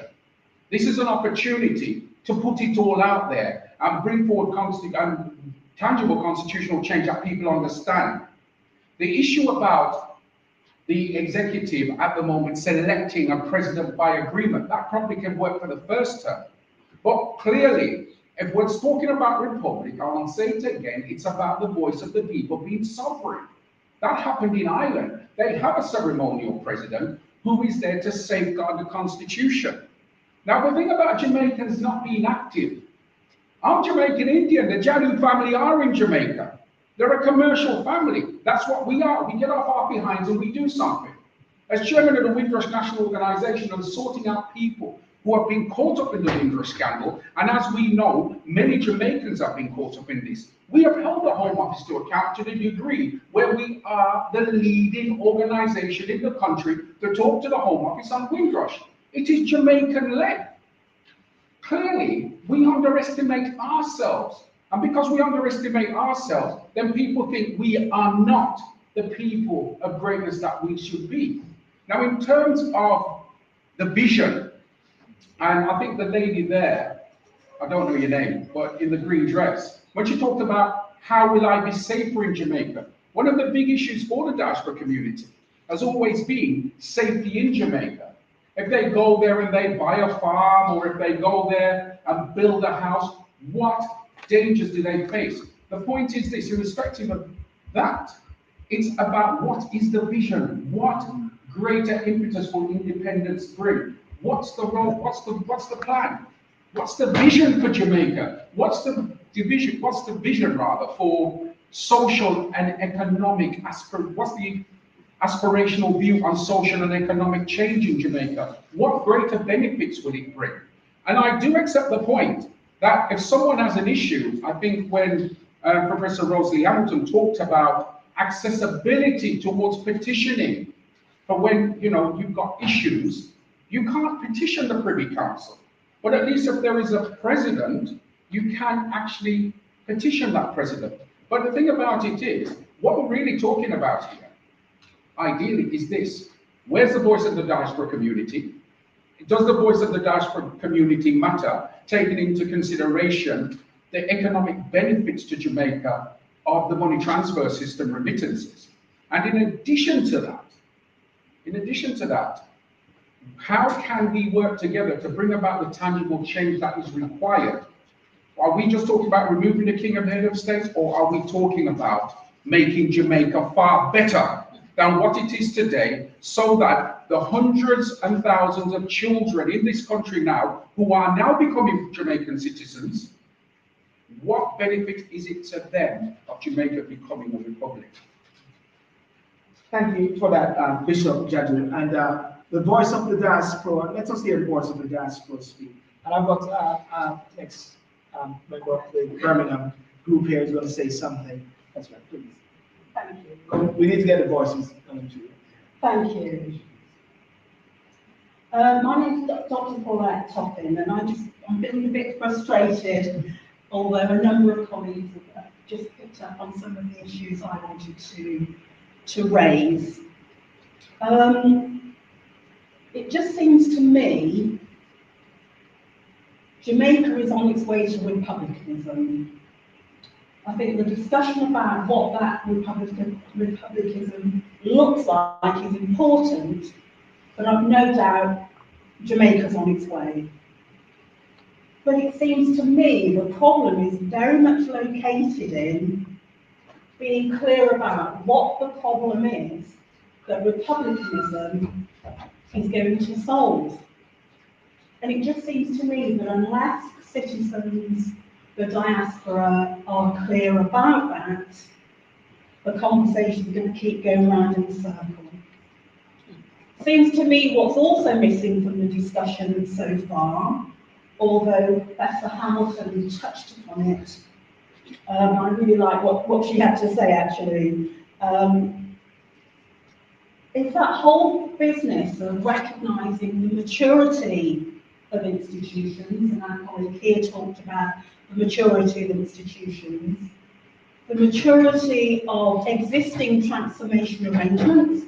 I've just done a major piece of work on public service transformation in Jamaica. Well, what's the maturity level of that in terms of if we move into republicanism?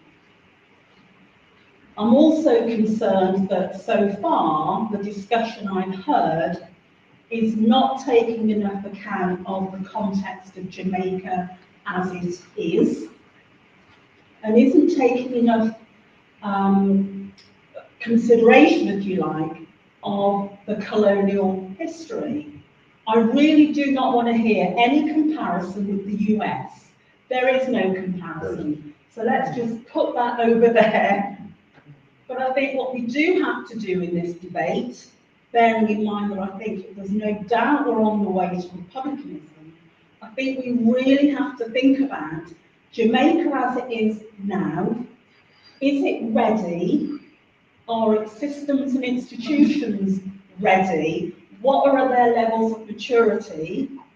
What is the vision for the future?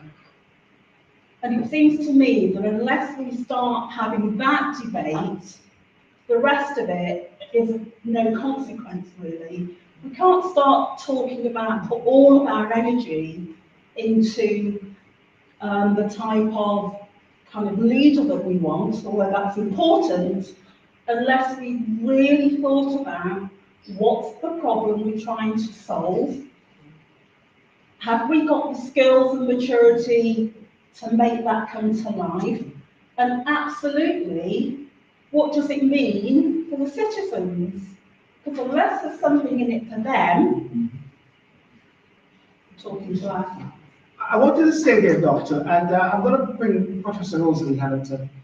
Do you see any similarity with the turnout or the interest in the diaspora as similar in Jamaica? And then Donna, Scott, you can go after, because it seems like maybe there's a talk about it, but the interest is not really coming.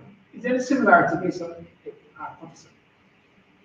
Yes, there is similarity of the look of interest generally, and I think it's important to ground this conversation in our history and our experience. So our experience have been a very authoritarian culture in which we respond to leadership and the dictates of leadership, and we see ourselves as simply not significant actors in the governance space. That's our inheritance. We had colonial masters that dictated to us, and we knew our place. And a lot of us are preoccupied with, not rocking the boat, because we know there are harsh penalties still today in 2023 when you don't fit that mold that is defined by the system. And the politics is very clear about that. Don't rock the boat. Now, do we continue that, or are we trying to do something different? And I think this conversation about the Republic is really a conversation about, are we going to change significantly our inheritance, or are we going to continue to tweak and improve what we inherited?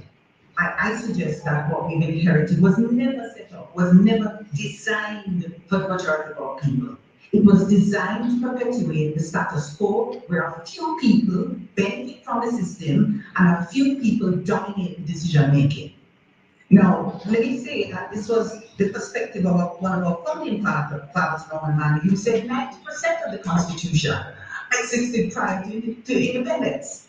So that's the foundation. We changed something in 2011, but we still did not make that substantive change. So I think that is on the table. Now, the education required to do this, as long as I've heard the voice in Jamaica about an elected president, I've heard a similar loud voice about education.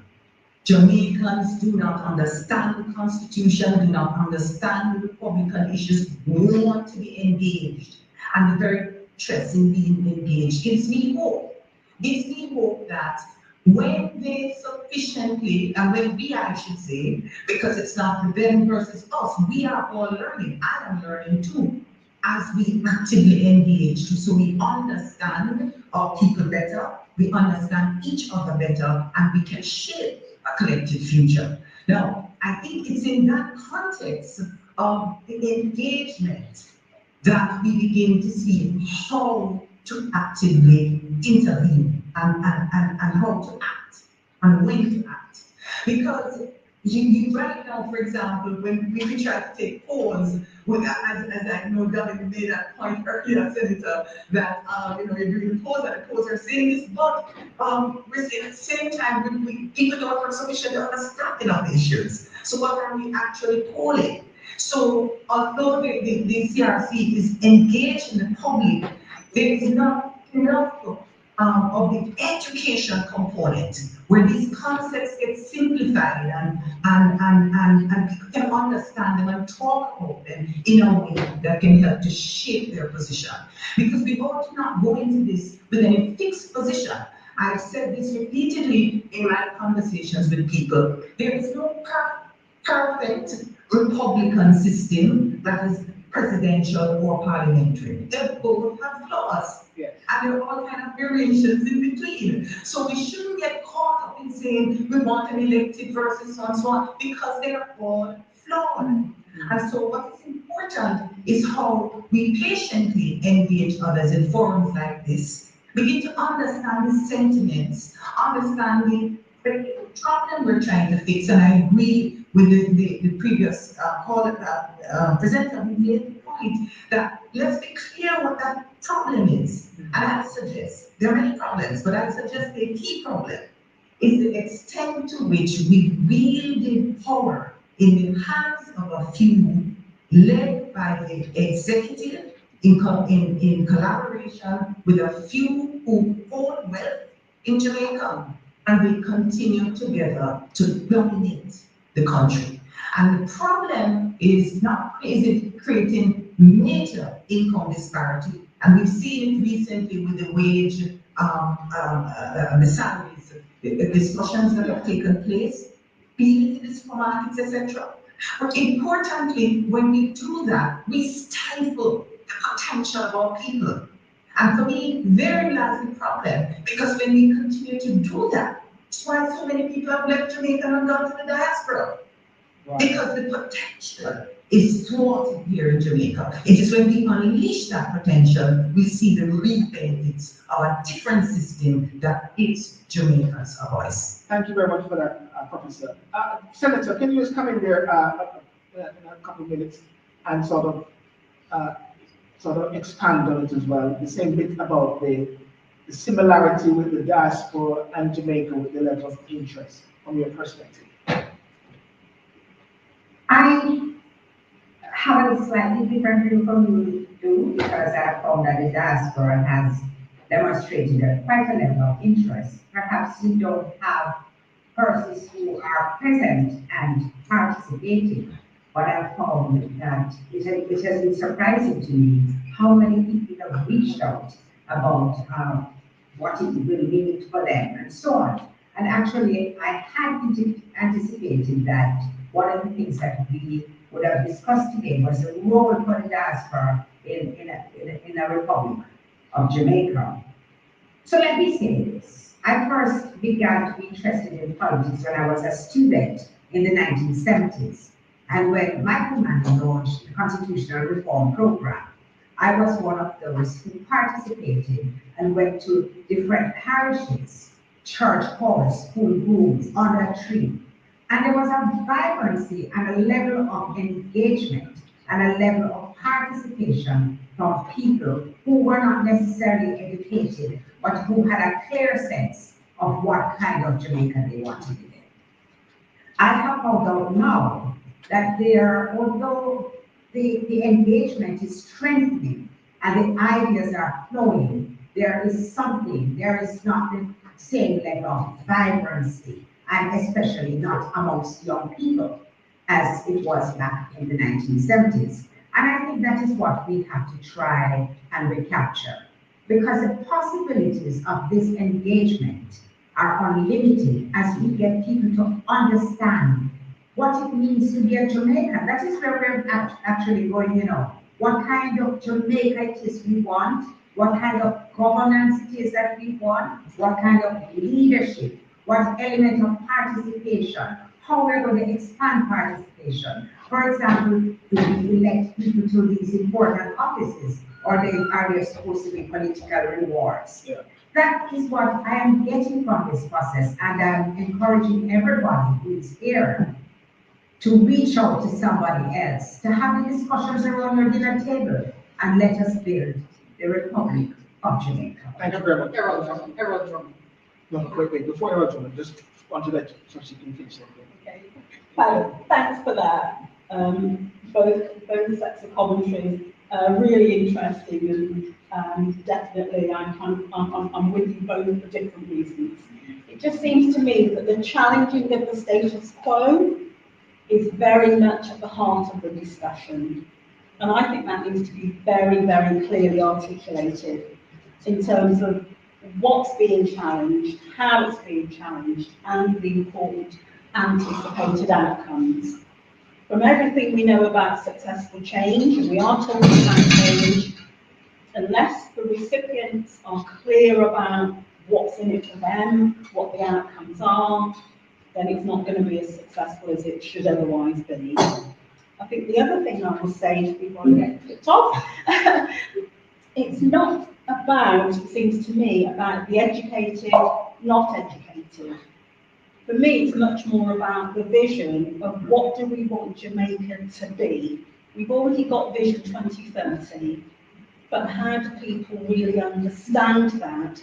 How can this discussion contribute to that and beyond, in terms of the Jamaica that everybody wants to see, that benefits all citizens? Thank you so much. And I'm not bringing someone online, but a good point she mentioned is Vision 2030. How does that interlink with the whole process? And Donna Mattis, who was online, she mentioned the point. If you go back to Donna Mattis, there are a lot of comments which are coming through. I just want to say something here. She had mentioned something saying, that being said, Ms. Motley, she was referring to yourself. The ongoing actions of the CRC do not suggest a committee that has changed trajectory. On the contrary, town hall meetings and submission by various groups so far seem very perfectionary. Simply courtesy shown by the CRC because of the huge opposition to the lack of consultation openness by the CRC. Sessions are still being held in secrecy despite calls for live streaming. The most egregious act so far is the amendment which took place with the DPP office despite the CRC existing. Does that nullify the CRC? Now you don't have to answer that, but I'm just sort of bringing that into the frame of things. And I'm going to bring in Mr. Errol Drummond, who is here. He's from Birmingham, he's online. He's just going to say something. Mr. Drummond, please go ahead, sir. Thank you for holding it. Sorry, you're muted. 1 second, sir.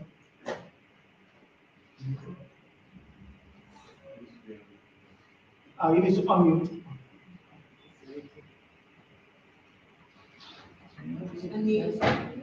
You can unmute yourself. Yes, that's it. I'm still muted, I think. No, you're okay. You're okay. We can hear you now. Okay. Yeah, I was the vice chair of Jamaican Heritage UK. A couple of things. Having read an abridged version of the current constitution, I'm not quite sure it was written by Jamaicans for Jamaicans. You know, it appears to me that this document was written, and I think that was alluded to by one of the panelists online, was written and handed down to Jamaican people for the election, or for the independence rather, after the early 1960s. Now, I do not see what we have to feel to untether ourselves from this abusive relationship that we have been in for quite a few, several hundred years now, probably 300, 400, 500 years into this relationship. You know, if we go back to the 19th century, Britain passed a law, an act in Barbados, that said that people of the African descent, or people of Africa, were not actually fully human beings. I'm not quite sure that that rule or that act was ever fully repealed. Now, the question I want to ask ourselves as we debate this issue of becoming a republic is, what benefit is there for us to maintain the current status quo? We are in an abusive relationship, and we need to wake up to that fact. And there's absolutely no benefit and nothing to be feared by taking control of our own destiny.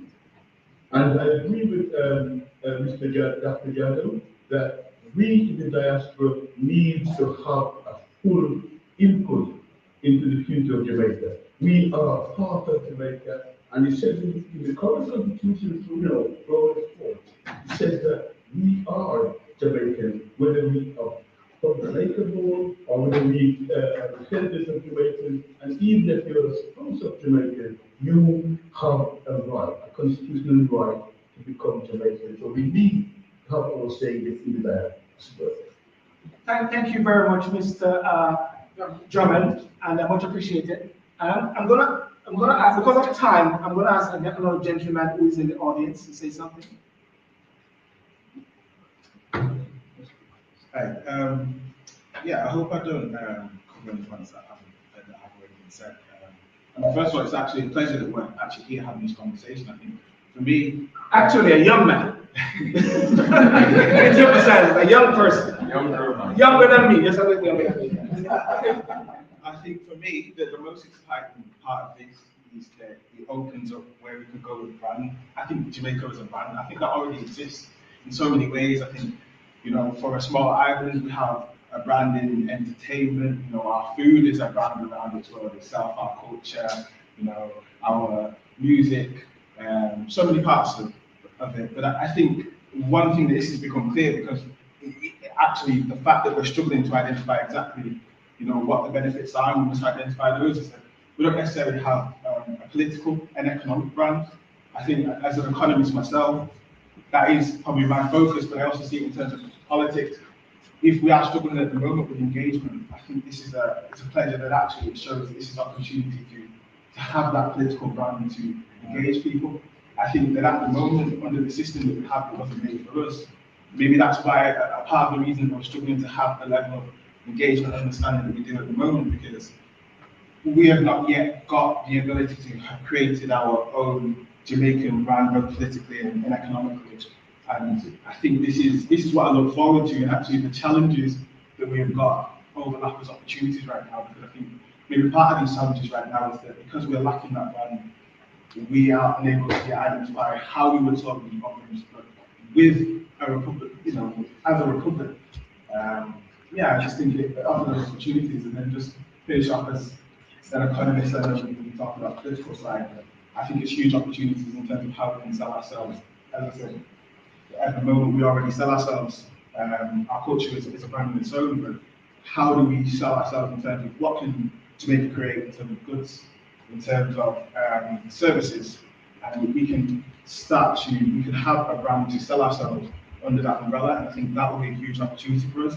But I think, like I said, with those challenges along the way, is finding how we'll sell ourselves and how we can tackle that. But having this conversation, as though it's a difficult conversation, it's a blessing if we actually moving towards those definitions. Thank you. Well done. Can I ask you a question? So I'm not putting words in your mouth. Would you like Jamaica to be a republic or not? For me, absolutely. I think, that's just a quick, simple question. Yeah. So yeah, I think we're heading, I think we're heading in that direction. I think we are. I think we're just working out what that will look like. But I think for me, Jamaica becoming a republic as well is especially because in this country, I don't feel like I have a political brand that I can move towards or that reflects me on the stage, even though I am, you know, I'm Jamaican first, I feel like I'm Black British second, but having that, and this why will also have the potential to involve the diaspora so much, because I think there's a lot of us in the world that don't have that, like I said, that definition at the moment. And business opportunities as well, if we have that economic plan, we can start connecting each other. You know, those investment things will come so much easier. So you sense like with young people away, it's a way of building their identity, a stronger identity in this country? I think so. I think at the moment, you know, these countries, the UK has so many branches of its government that aren't necessarily its parliament, that come under, you know, there's things like the British Business Council, there's they have a lot of investment vehicles that are kind of part of the government, they're an arm themselves. I think this is an option for us to have those as well and connect with the rest of the world, because, you know, there's a big order that we could be trading with, but I think at the moment we haven't been able to build our own, you know, stretch our arms out in our own way, because we're working under a system that is just an existing system. Thank you very much, and thank you very much, and that is very crucial because that's the voice of the youth. In the last leg now, I'm going to ask the different panelists to share their last comments. Yeah, so we're at the last leg. Okay. Yeah. Please, Kevin Brown. I'll stand here so that the panelists on Zoom can hear. We've lost Professor Hamilton. No, she's there. She's here. She's somewhere. Okay. Yeah, she's there. Oh, there she is.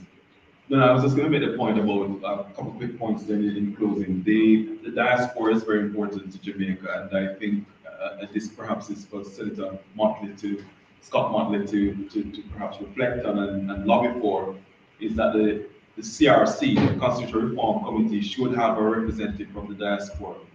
How you choose one and the mechanism to do that is a moot point. We just need one. And it's unfortunate that if you look at how the church got representation on the CRC, it points to the fact that perhaps those who configured the CRC did not take a holistic view of who should participate. So let us not have the same situation for the diaspora and any other stakeholder really who we think should be at the table, but it's not there. Right now, on the surface of it, the CRC comprises of lawyers and politicians. On the surface of it. And whether that was by design or just coincidental, I think we need to fix that. The other thing I would say is Senator Mottley and perhaps Professor Hamilton, who are on the ground, we have failed the Jamaican people. We have failed. The decision that was taken to remove civics from school is now coming back to haunt us. Because as we try to explain to Jamaicans that we want to move towards a new governance framework, they don't even understand the current one. So we have failed, and I would want us to learn a lesson from this experience, that we have to teach our people citizenship.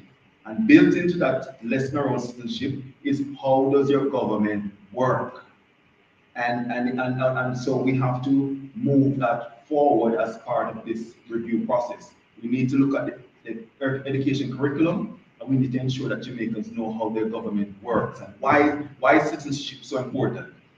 When we see Professor Hamilton as part of the civil society and her activism, well, Jamaicans should know what is civil society, right? And how does it work, and what role do they play apart from voting every 4 or 5 years. So we need to fix that as an institutional problem. And the final thing to say is that as we go through this process and as we consult, we should ensure that the voice of the people is dominant. My sense is that the politicians are still trying to dictate the outcome, and the referendum is perhaps just going to be and offering of trying to display a level of magnanimity, but in reality, that's not what's going to be achieved. And that is evident, for example, in the conversation we're having around a ceremonial president or not, because we already know the government's position, and Senator, you outlined the opposition's position. They're twinning.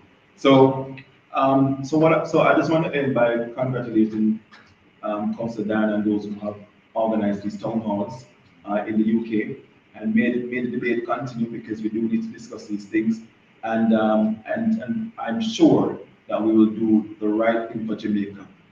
We call this constitutional reform. The reality is that we are still trying to decolonize Jamaica. That's what's happening. Thank you. Okay, thank you very much, Dr. Kennedy. Bishop, Reverend Kennedy, your last word, sir. And I'm not going to say a sermon. It's quite simple. I've heard what everyone has to say today. And one of the big issues is sometimes there's always a political ambition to steer people into what the politicians want. Must not lose focus that this is about the people. It's not just about the people of Jamaica, it's about the stakeholders in the diaspora as well. Because many of us actually have a good stakeholding in Jamaica. And whatever happens in Jamaica impacts upon us as well. And I think that's been forgotten. And I keep mentioning 1962 every time I've spoken today, because we must learn the lessons of 1962. Because 1962 disenfranchised many Jamaicans in the UK, members of the diaspora community, that ultimately sent money back to Jamaica to maintain their families and prop up the Jamaican economy. And that must never be forgotten. In terms of constitutional reform, if we're talking about reforming, then let's reform. We've got the House of Representatives, we've got the Senate, and we've got the potential presidency. I, for one, believe that Jamaica should be completely independent. Let's make that crystal clear. There are no benefits, in my view, to Jamaica having the king as head of state. And I've said that for a long time now, particularly ever since they introduced visas for Jamaicans to come to what is still considered to be the mother country, as it were. Yeah, to basically visit your head of state, or visit mother at the time, as some people say. Importantly, I believe that the House of Representatives, the Senate, and the presidency should be elected. If you want constitutional reform, and if you want true and real democracy, then that's the starting point. The presidency, I take on board what has been said about political savviness, I call it. I'm not going to talk about being politically impotent. But political savviness is lacking because of the way in which politicians have wanted to talk to the Jamaican electorate for far too long. In this country, we have the same thing. So it's not isolated to Jamaica. People must understand civic life. People should understand how their government run, and that should be a part of the education system. Even in this country today, if you say to a young person, not all young people, by the way, some young people first past the post, they don't know what you're talking about. First past the post is probably a horse race, with a past the winning post. It sounds as though I'm belittling people. No, I'm not. It's the way in which control has been exercised over the years through colonization, through the British Empire, through the colonial past, through slavery, and today there is a form of slavery still in place. What is the fear in letting the voices of the people be heard? If we want constitutional reform for Jamaica, then let's do the whole thing and not do it partially. And the CRC, I'm sorry, but you need to have people from the diaspora on there. Learn the lessons of Windrush. Jamaica, between Jamaica and the British back in '62, they contributed towards the Windrush scandal and disenfranchising our elders in this country. And you should never forget that. This is why I joined this debate today for one reason. I want to get across that the voices of the diaspora community who invest a heck of a lot of money into Jamaica must be heard during this process. Thank you very much. Thank you. Matondo, your last one.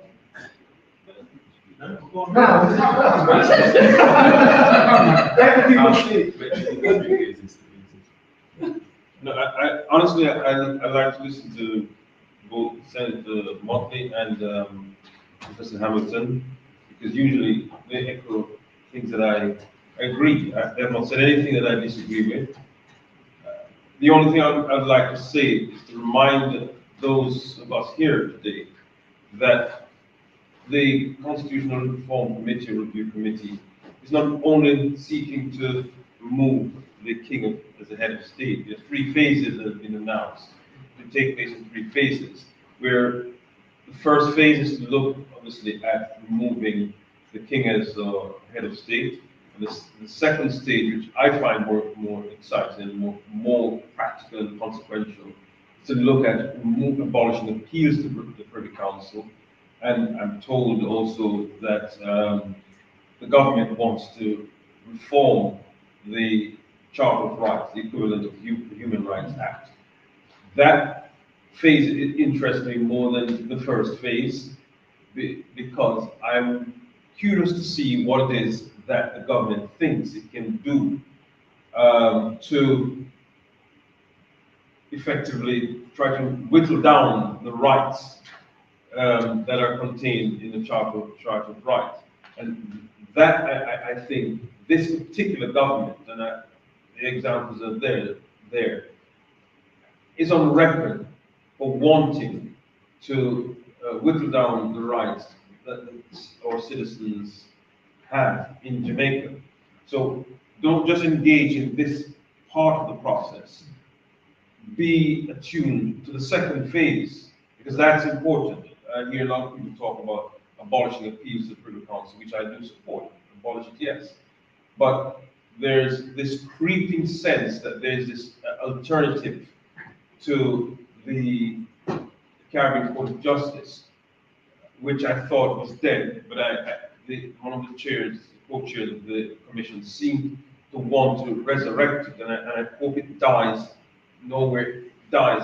in the deliberations that they have, because that's just a nonsense. We are funding the Caribbean Court of Justice.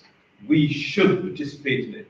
And I think I heard Senator Martin say it's a damning indictment on our judges in Jamaica, where politicians can say to them, we can aspire to be prime ministers, but none of you should aspire to get to the highest level of the judiciary. It's a nonsense. And I have nothing against the Privy Council. Let's make it clear. I think the judges are good. But I equally think that in the Caribbean, we have good judges. I read the judgments all the time. They're good. But and the fact of the matter is, no self-respecting people allow other persons to adjudicate all the matters. That is why in your house, you don't allow someone to come into your house and tell you how to care for your children. So let us keep track of that part of the phase of the reform, because it's important. My final point, I know that our people in Jamaica want to be led properly and effectively. I'm not so put off by numbers, because I think that where there's leadership, good leadership, people will follow. We saw that from 1972 to 1980. I'm not suggesting that was the only time, but there was inspired leadership at that time. You heard Senator Martin talking about it. Presently, and I'm not making a political point, it's a statement of objective fact. We do not have inspired leadership at the highest level, the political directive. I'm talking about the governing party. If you want to carry people along this boring road of constitutional reform, which it is boring, I'm a lawyer, I'm excited about it, but it is boring. You have to have the sort of leadership that can make it exciting. You heard Senator Martin talk about when she was a student, because there was exciting leadership. You cannot blame people for not turning out to these things, because it is not the most exciting thing. Doesn't mean they're not interested. What they want is leadership that can spark their interest. Thank you very much for turning out. Thank you very much. Thank you so much, And I'm just going to ask 2 minutes from Professor Rosalea and Senator Donna Scott-Mottley. We've got to wrap up here. They're going to kick us out and show us right into Jamaica, which we wouldn't mind, actually. But if we can go first with Professor Rosalea Hamilton, your last 2 words to the Jamaicans in the UK, the diaspora, and your summing up, please. Okay, thank you. A couple of things. Let me just say, the strongest perspective that we hear from Jamaicans at home and abroad is that our voices must be heard. This is at the heart of what we're trying to create, a system in which our voices must be heard. I think the important lessons from what has happened in the Caribbean, we've moved away from the monarch in some of our jurisdictions, but we still have not being able to create a system in which our voices are heard. And so I think the details of what that means is important. We have to drill down what are the actual mechanisms to strengthen our voice. Voting is one thing. If we don't turn out, it is even worse. So, electing these officials is one thing. But the day-to-day running of the society, we feel we need to have a say in the policies and shaping the law that affects our lives. And I think it boils down to that. And I think that in the final analysis, it is when we actively get involved in shaping that phase 2 and all these phases in the constitutional arrangement. Don't just sit back and get them presented to us. We need to shape that future. Simply get involved in shaping the constitution, shaping the phases, if we have to go through these phases. And it is when we simply got involved in shaping the constitution and shaping the republic that we want, that we get the outcomes that we want. Thank you very much, Professor Rosalea. I appreciate the time. And now, last on Donna Scott-Mottley, Senator, the last couple of minutes.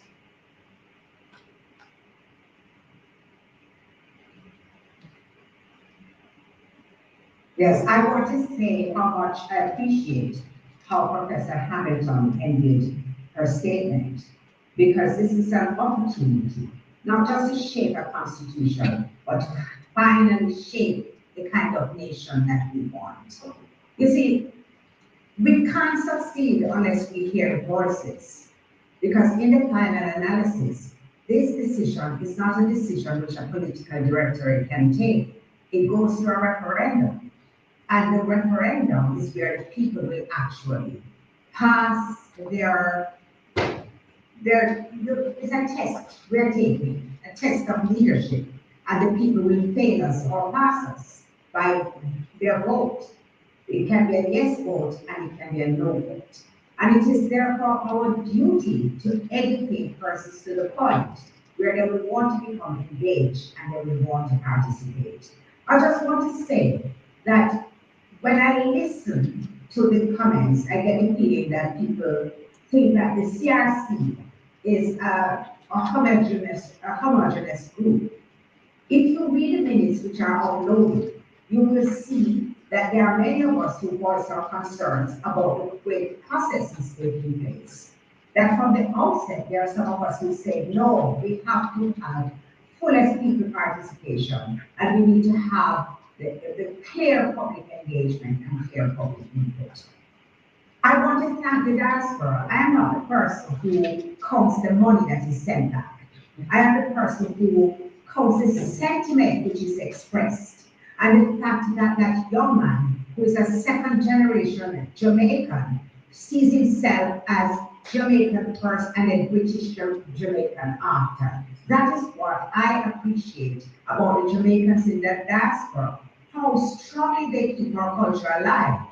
Even when you go to shop there, you see things that you wish would be on the shelf here. Custard apple, sweet soft, everything you want you can find in the diaspora, the small grocers in the diaspora. I celebrate that about the people who live in the diaspora, that they have taken Jamaica with them. And in fact, they have a stronger appreciation of Jamaica than Jamaicans living here sometimes do. So I ask you to continue with the very significant work which you're doing and keeping the Jamaican culture and aspirations alive.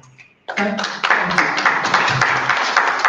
you very much, Senator Donna Scott-Mottley.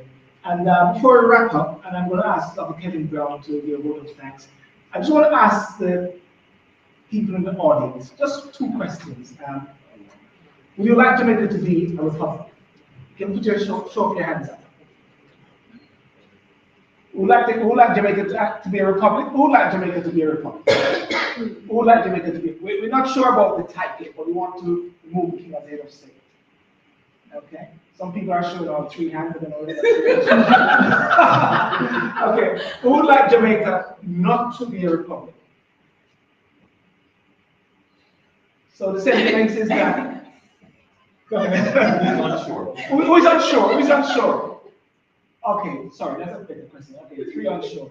Well, it's a process, and the process is moving on. So I want to say that this is good, and one of the things I pick up was that the role of the diaspora in the reform, that is so very much important. You know, the vibrancy, they talk about leadership, exciting leadership, which is what is needed. The time frame, and this is something we didn't touch on, but what is the time frame for this process? Initially, the minister had said a period of time, but then she reviewed her mind, and she said that the prime minister and the leader of the opposition, after the election, need to really make sure they carry on and continue this process, because she's now thinking that it is not so easy as she thought before. Am I correct, Donna Scott-Mottley? That's what she said. That is absolutely correct. We were supposed to have a deadline of Yes. May 30 to take them here. Yes. But now the process of engaging the people and educating the people must take priority. Fantastic. Education, education, education. Who said those words there? I won't say. Kevin, can you come on? Thank you so much. No, you're dipping into British politics. Okay, I'll let this technical team do their job. Ladies and gentlemen, I hope you've enjoyed this afternoon's discussion, debate, and I know sometimes it was a bit robust, but actually, as long as we don't come to blows and we're civil, then that's okay. And I know as Jamaicans, we like debate and we like to share our views, and that's what this is all about. So I'd just like to start by thanking Birmingham City University for hosting us via Professor Martin Livermore, who is also independent advisor to the Home Office on Windrush affairs, amongst many other things, a visiting professor at the institution.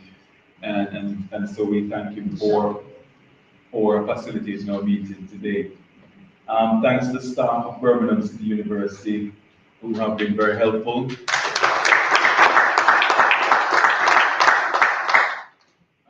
There's lots of cakes and sweets.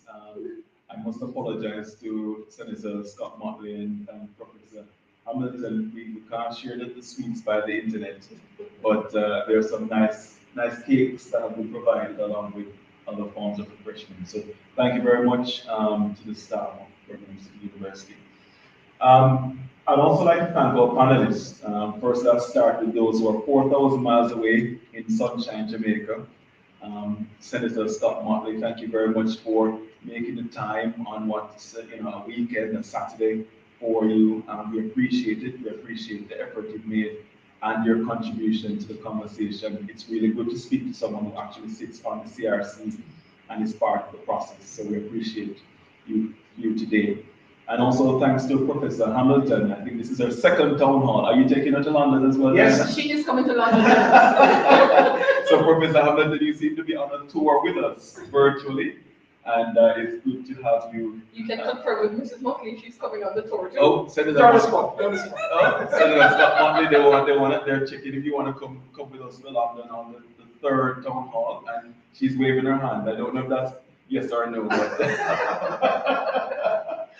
but thank you, Professor Hamilton, and thanks to those who have joined as well. I can see some other names Thank you. Yes, and I can see some other participants on the Zoom and YouTube as well. I don't know what our viewership looks like on there, but thanks to those who joined online and for your comments in the chat room. And then I'd like to thank our other panelists who came here in person. A man who is well known not just in Birmingham but across the country, Bishop Dr.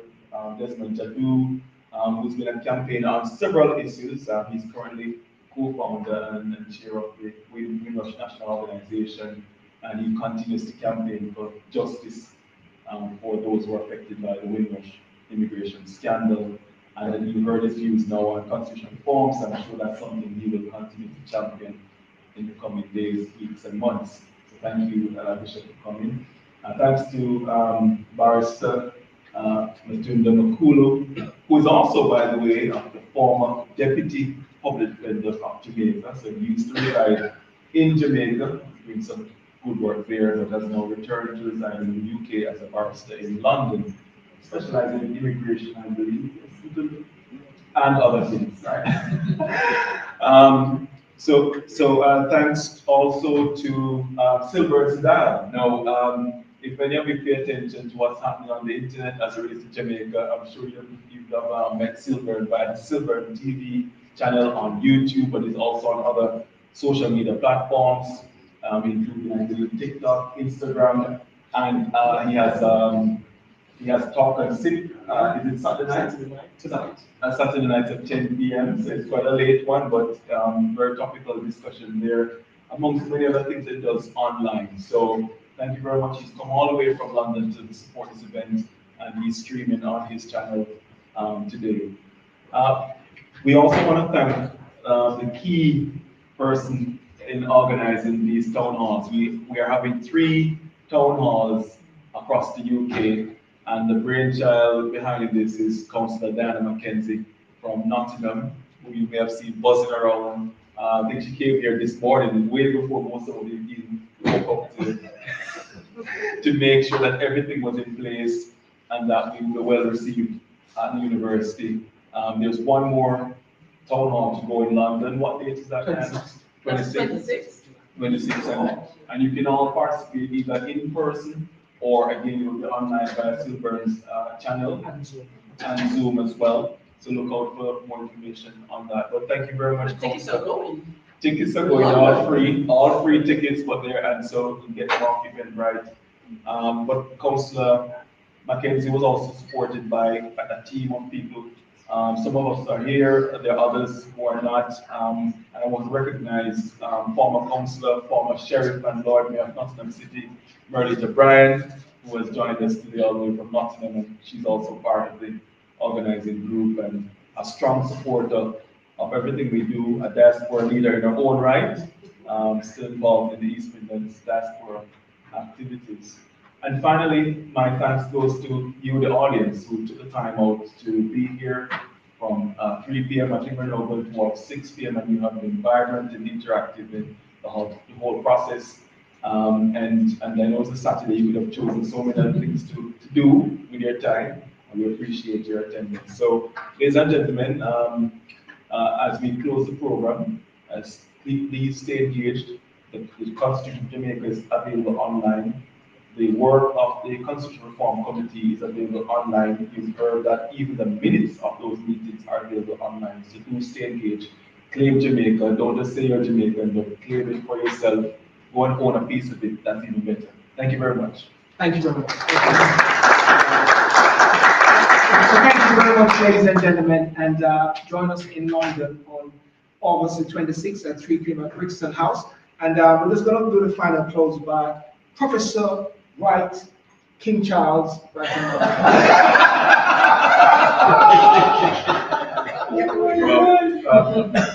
I think it'd be wrong for a institution of learning not to again thank everybody for giving their time out. Whether you're for or whether you're against, the ability to have discourse and open debate, open conversation is highly important. For Birmingham City University, this is a university not only for the city of Birmingham, and those from the most deprived area, which I am very proud to represent as one of the professors, but it also reaches beyond the shores, and the relationship and the building of a common academy of knowledge stretches all the way to Jamaica and beyond. I'm very pleased to see the young in the crowd, those who've given their time to it, because so often at Sydial learning, it's just the old that talk to itself. But we learn from the young. And what I would like to say to those online is Birmingham City University is a university for you all. openly offer the opportunity for debate and discussion. And when Councillor Diana Mckenzie came to me, and I went to my colleague Blanche and Russ, we said we wanted to give a venue and opportunity for such lively discussions, and hopefully we've done that. So thank you all on behalf of Birmingham City University, the staff, all the personnel who have been behind this, and also some of our young graduates. It is our pleasure to be your University of the City. Thank you. So, ladies and gentlemen, thank you so much, and have a good day. Enjoy the sunshine in Jamaica, and for those in Birmingham, well, it's not too bad. It's not too bad. It's raining. So, have a good day, and thank you all. We're going to sign off now. See you later. All the best. Bye-bye.